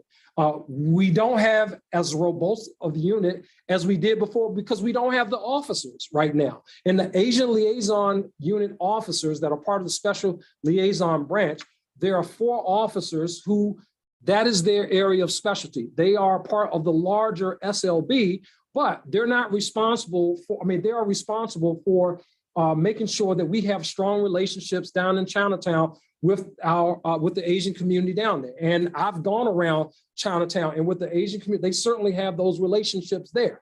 Now, this thing about 30 people assigned to the Chinatown detail, I was the 1D commander. And I will tell you that I never had 30 people assigned to the Chinatown detail. That might have predated me at some point, but at the point when I was there as a commander in 2016, when I was there as the commander, we boosted up the Chinatown detail to about 12 people is what we were able to get it up to. Again, that's when we have about 500 more people than what we have now. I was able to boost it up to about 12 because it had dwindled down to about 6 officers. So I don't know where the 30 or the, whatever it is, but the reality is, at most in my time, that Chinatown detail in 2016, we got it up to about 12, and that seemed to work for community members. We dealt with the leadership at Gallery Place. We dealt with the downtown bid in that space. And I think that we have to think about different ways to posture up as a government, if you will, in that space, because I don't believe that every issue down there is an issue that's going to be resolved by the police officers that are deployed down there, whether it's 4, 5, 6, 7, 8 police officers. There are issues beyond the scope of law enforcement officers' capacity to deal with. With respect to the substation that you mentioned, I'm not a huge believer in substation buildings through the lens of adding to what we already have, because those tend to become congregating points. And I don't want a congregating point for police officers. I want them in community. So if they're visiting the residents, the seniors down at the Wallach House, or if they are at some of our other establishments moving around Chinatown, I'd much rather see them there or walking along, the different streets over there, engaging community members, as opposed to kind of fixed in a building. The other thing that I've learned, the last thing I'll say is that, one of the things I've learned just kind of moving around in that space is that for the Asian liaison officers that are assigned there, and for the number of Chinatown officers, right now, they just sent me a note saying we have about 6 officers on evenings, 3 officers on day work, and then is that 3 for midnights for the Chinatown, and 3 on midnights for the Chinatown detail. So you put those numbers together, 6, 9, 12. So 12 officers essentially are the number that they have assigned there now. Again, that's spread across a 24-hour cycle. Add to that, now they have the 2 officers on 2 different shifts that are on the Metro platform up top or either down below, assisting with that deployment. So the building piece and some of the other pieces that are there, I just want to make sure that we have proper context. I think that there's a way to be more effective as a government in that space. And I think that the model that we use for the nightlife areas is an example, a perfect example of what would be effective in a Chinatown area. So it's not just police, it's all these other partners who, because we want to take some of this off the police plate, right? We got all these other players engaged, to include folks who I know from the bid. I met with Jarrett. I know that they want to help and bring resources to the table, but everybody kind of working together to address that, and not just saying, hey, look, we put 8 officers down there that it's going to resolve the issues. Well, I appreciate that. And I want to be very clear that I am not in any way suggesting that you arrest somebody who doesn't have a place to go to the restroom. And I'll just give a plug for a bill I introduced 2 weeks ago to provide public restrooms throughout our city. But there have been many incidents, even just this week, of people breaking into residential units and defecating on front stairways, and drug use, drug sales, and no intervention. And I have been, I'll just say, the victim of it myself, but sometimes when there's nobody around, that has led to a lot of harassment and cornering of people and other problematic behavior that we need officers in the area.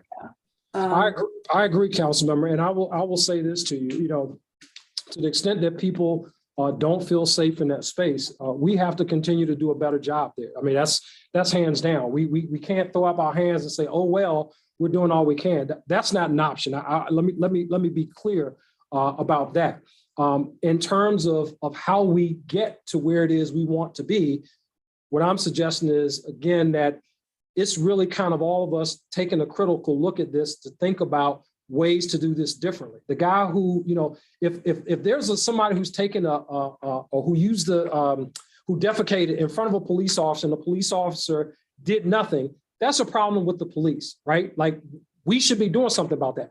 But if the guy defecated there 2 hours ago, 3 hours ago, overnight, the building occupant is coming in the next day and finding it, the police officer, is not going to be able to go out, let me find the guy who defecated in front of the business, right? That's something that they have to observe with their own eyes in order to make an arrest for that. That's just law, right? They got to observe that with their own eyes. For the narcotics stuff, the public consumption of marijuana, like those types of things, I think that that's another area where we can do better as a city, as a whole. And I'll tell you why.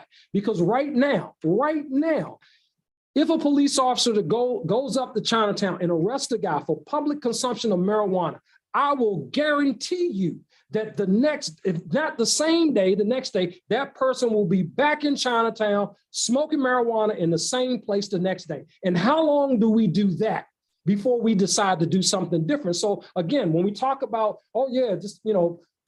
legalize all drugs and that kind of thing, when it shows up in a space that people feel differently about, now it's like, okay, well, we got to have a different response to that. Well, yeah, I think part of the response to that should be that if these individuals are arrested, there could be a track. Either we get them help, or if they refuse help, then we need to think of what's the alternative. And what's the alternative that citizens of the District of Columbia, businesses of the District of Columbia can deal with? Because at the end of the day, again, doing this thing round and round and round, making arrest, and I don't think a U.S. attorney or attorney general will come in any hearing and say that, oh yeah, we definitely prosecute the cases that MPD is bringing us for public consumption of marijuana. It does not happen.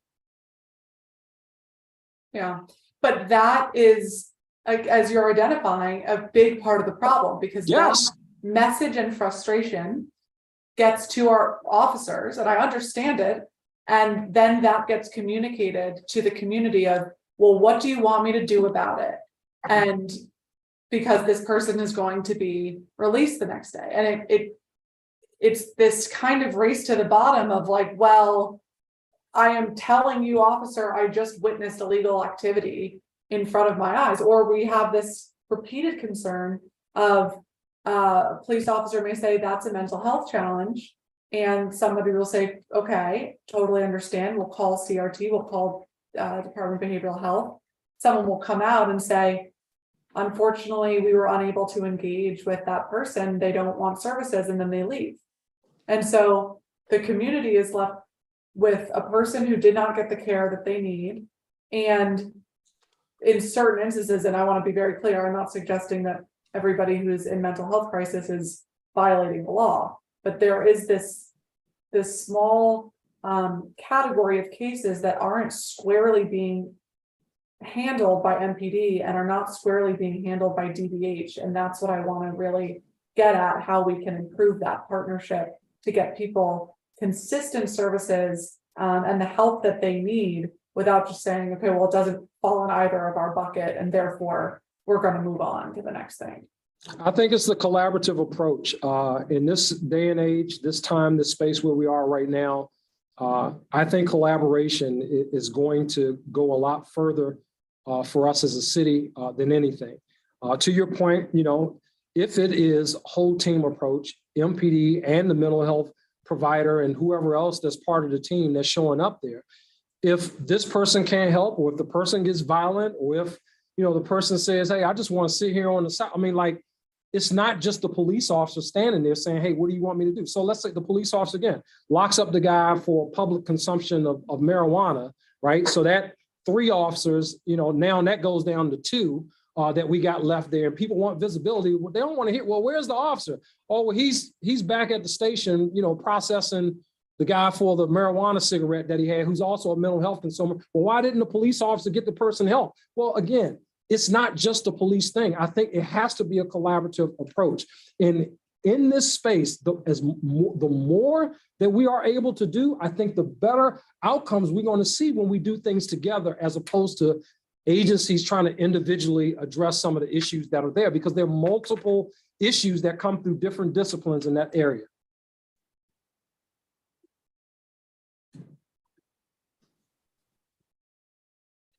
Okay, thank you. Yes, ma'am. I want to just take this opportunity too, so I don't forget to thank some of your great staff, and especially Kelly, O'Meara, and Assistant Chief Kane, and our commanders in Ward 2, Commanders Bryant and Bedlian and Baudelaire. Really appreciate all of your partnership and your responsiveness as we go through these, not just with the committee, but the many questions that we and our constituents have. So thank you. I appreciate that. Councilmember, I didn't get a chance to at the very beginning after the swearing in. We jumped right into testimony, but I wouldn't be able to lead this organization without some incredible people who are supporting me. The public may not know them. They only see their faces every now and again, but to my right is the Chief of Staff, Ben Heyman. To my left is Pamela Smith. She's our Chief Equity Officer. She's doing phenomenal work in the space of diversity, equity, and inclusion. And to her left is the Executive Director of Strategic Change, Kelly O'Meara. And off camera, of course, is our Chief Administrative Officer, Leanne Turner, who does a lot of incredible work, again, behind the scenes to make this agency run every day. So Chief Operating Officer, I'm sorry, I just want to acknowledge them, acknowledge their presence, and for all the hard work that they've done to make sure, along with other people that you mentioned, to make sure that we were ready for the hearing today. Well, thank you, and thank you all. So business corridors, not just in Ward 2, but throughout the city, we continue to hear concerns, smash and grabs, theft of resources of our small business communities.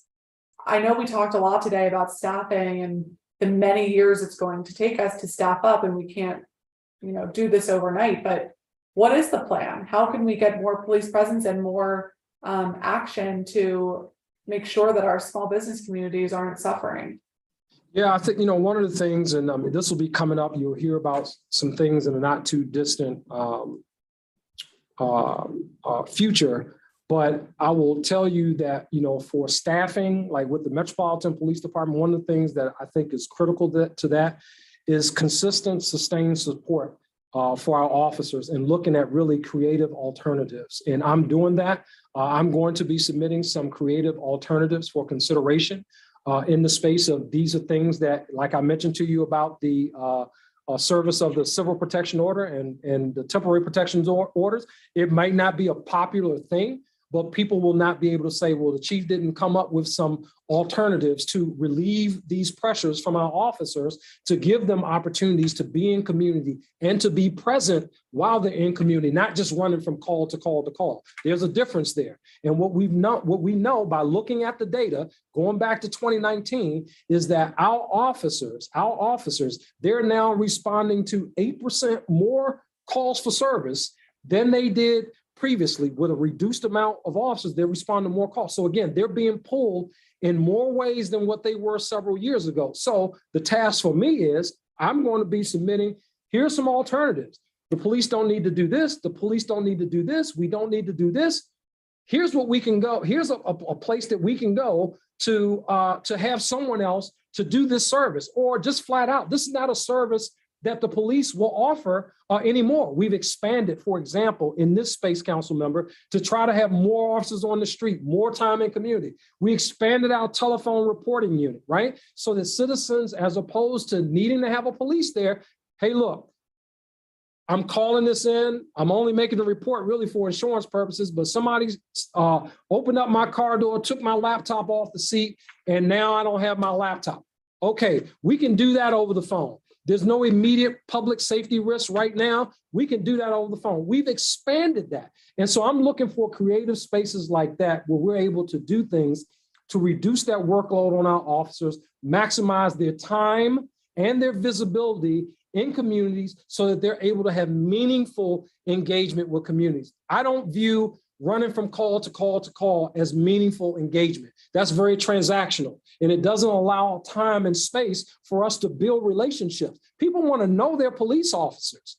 And like that's something that, yeah, we want to get to, but we want to have capacity to be able to do that. And if the officer is on a domestic call, and after the domestic, he goes to the robbery, and after he goes to the robbery, then, okay, maybe he goes through Chinatown, and then after that, and then, like, we don't want to be in that space where we're really, coupled with the million hours of overtime, we don't want to be in that space. So these creative alternatives, consistent support to the members, I think that goes a really, really long way.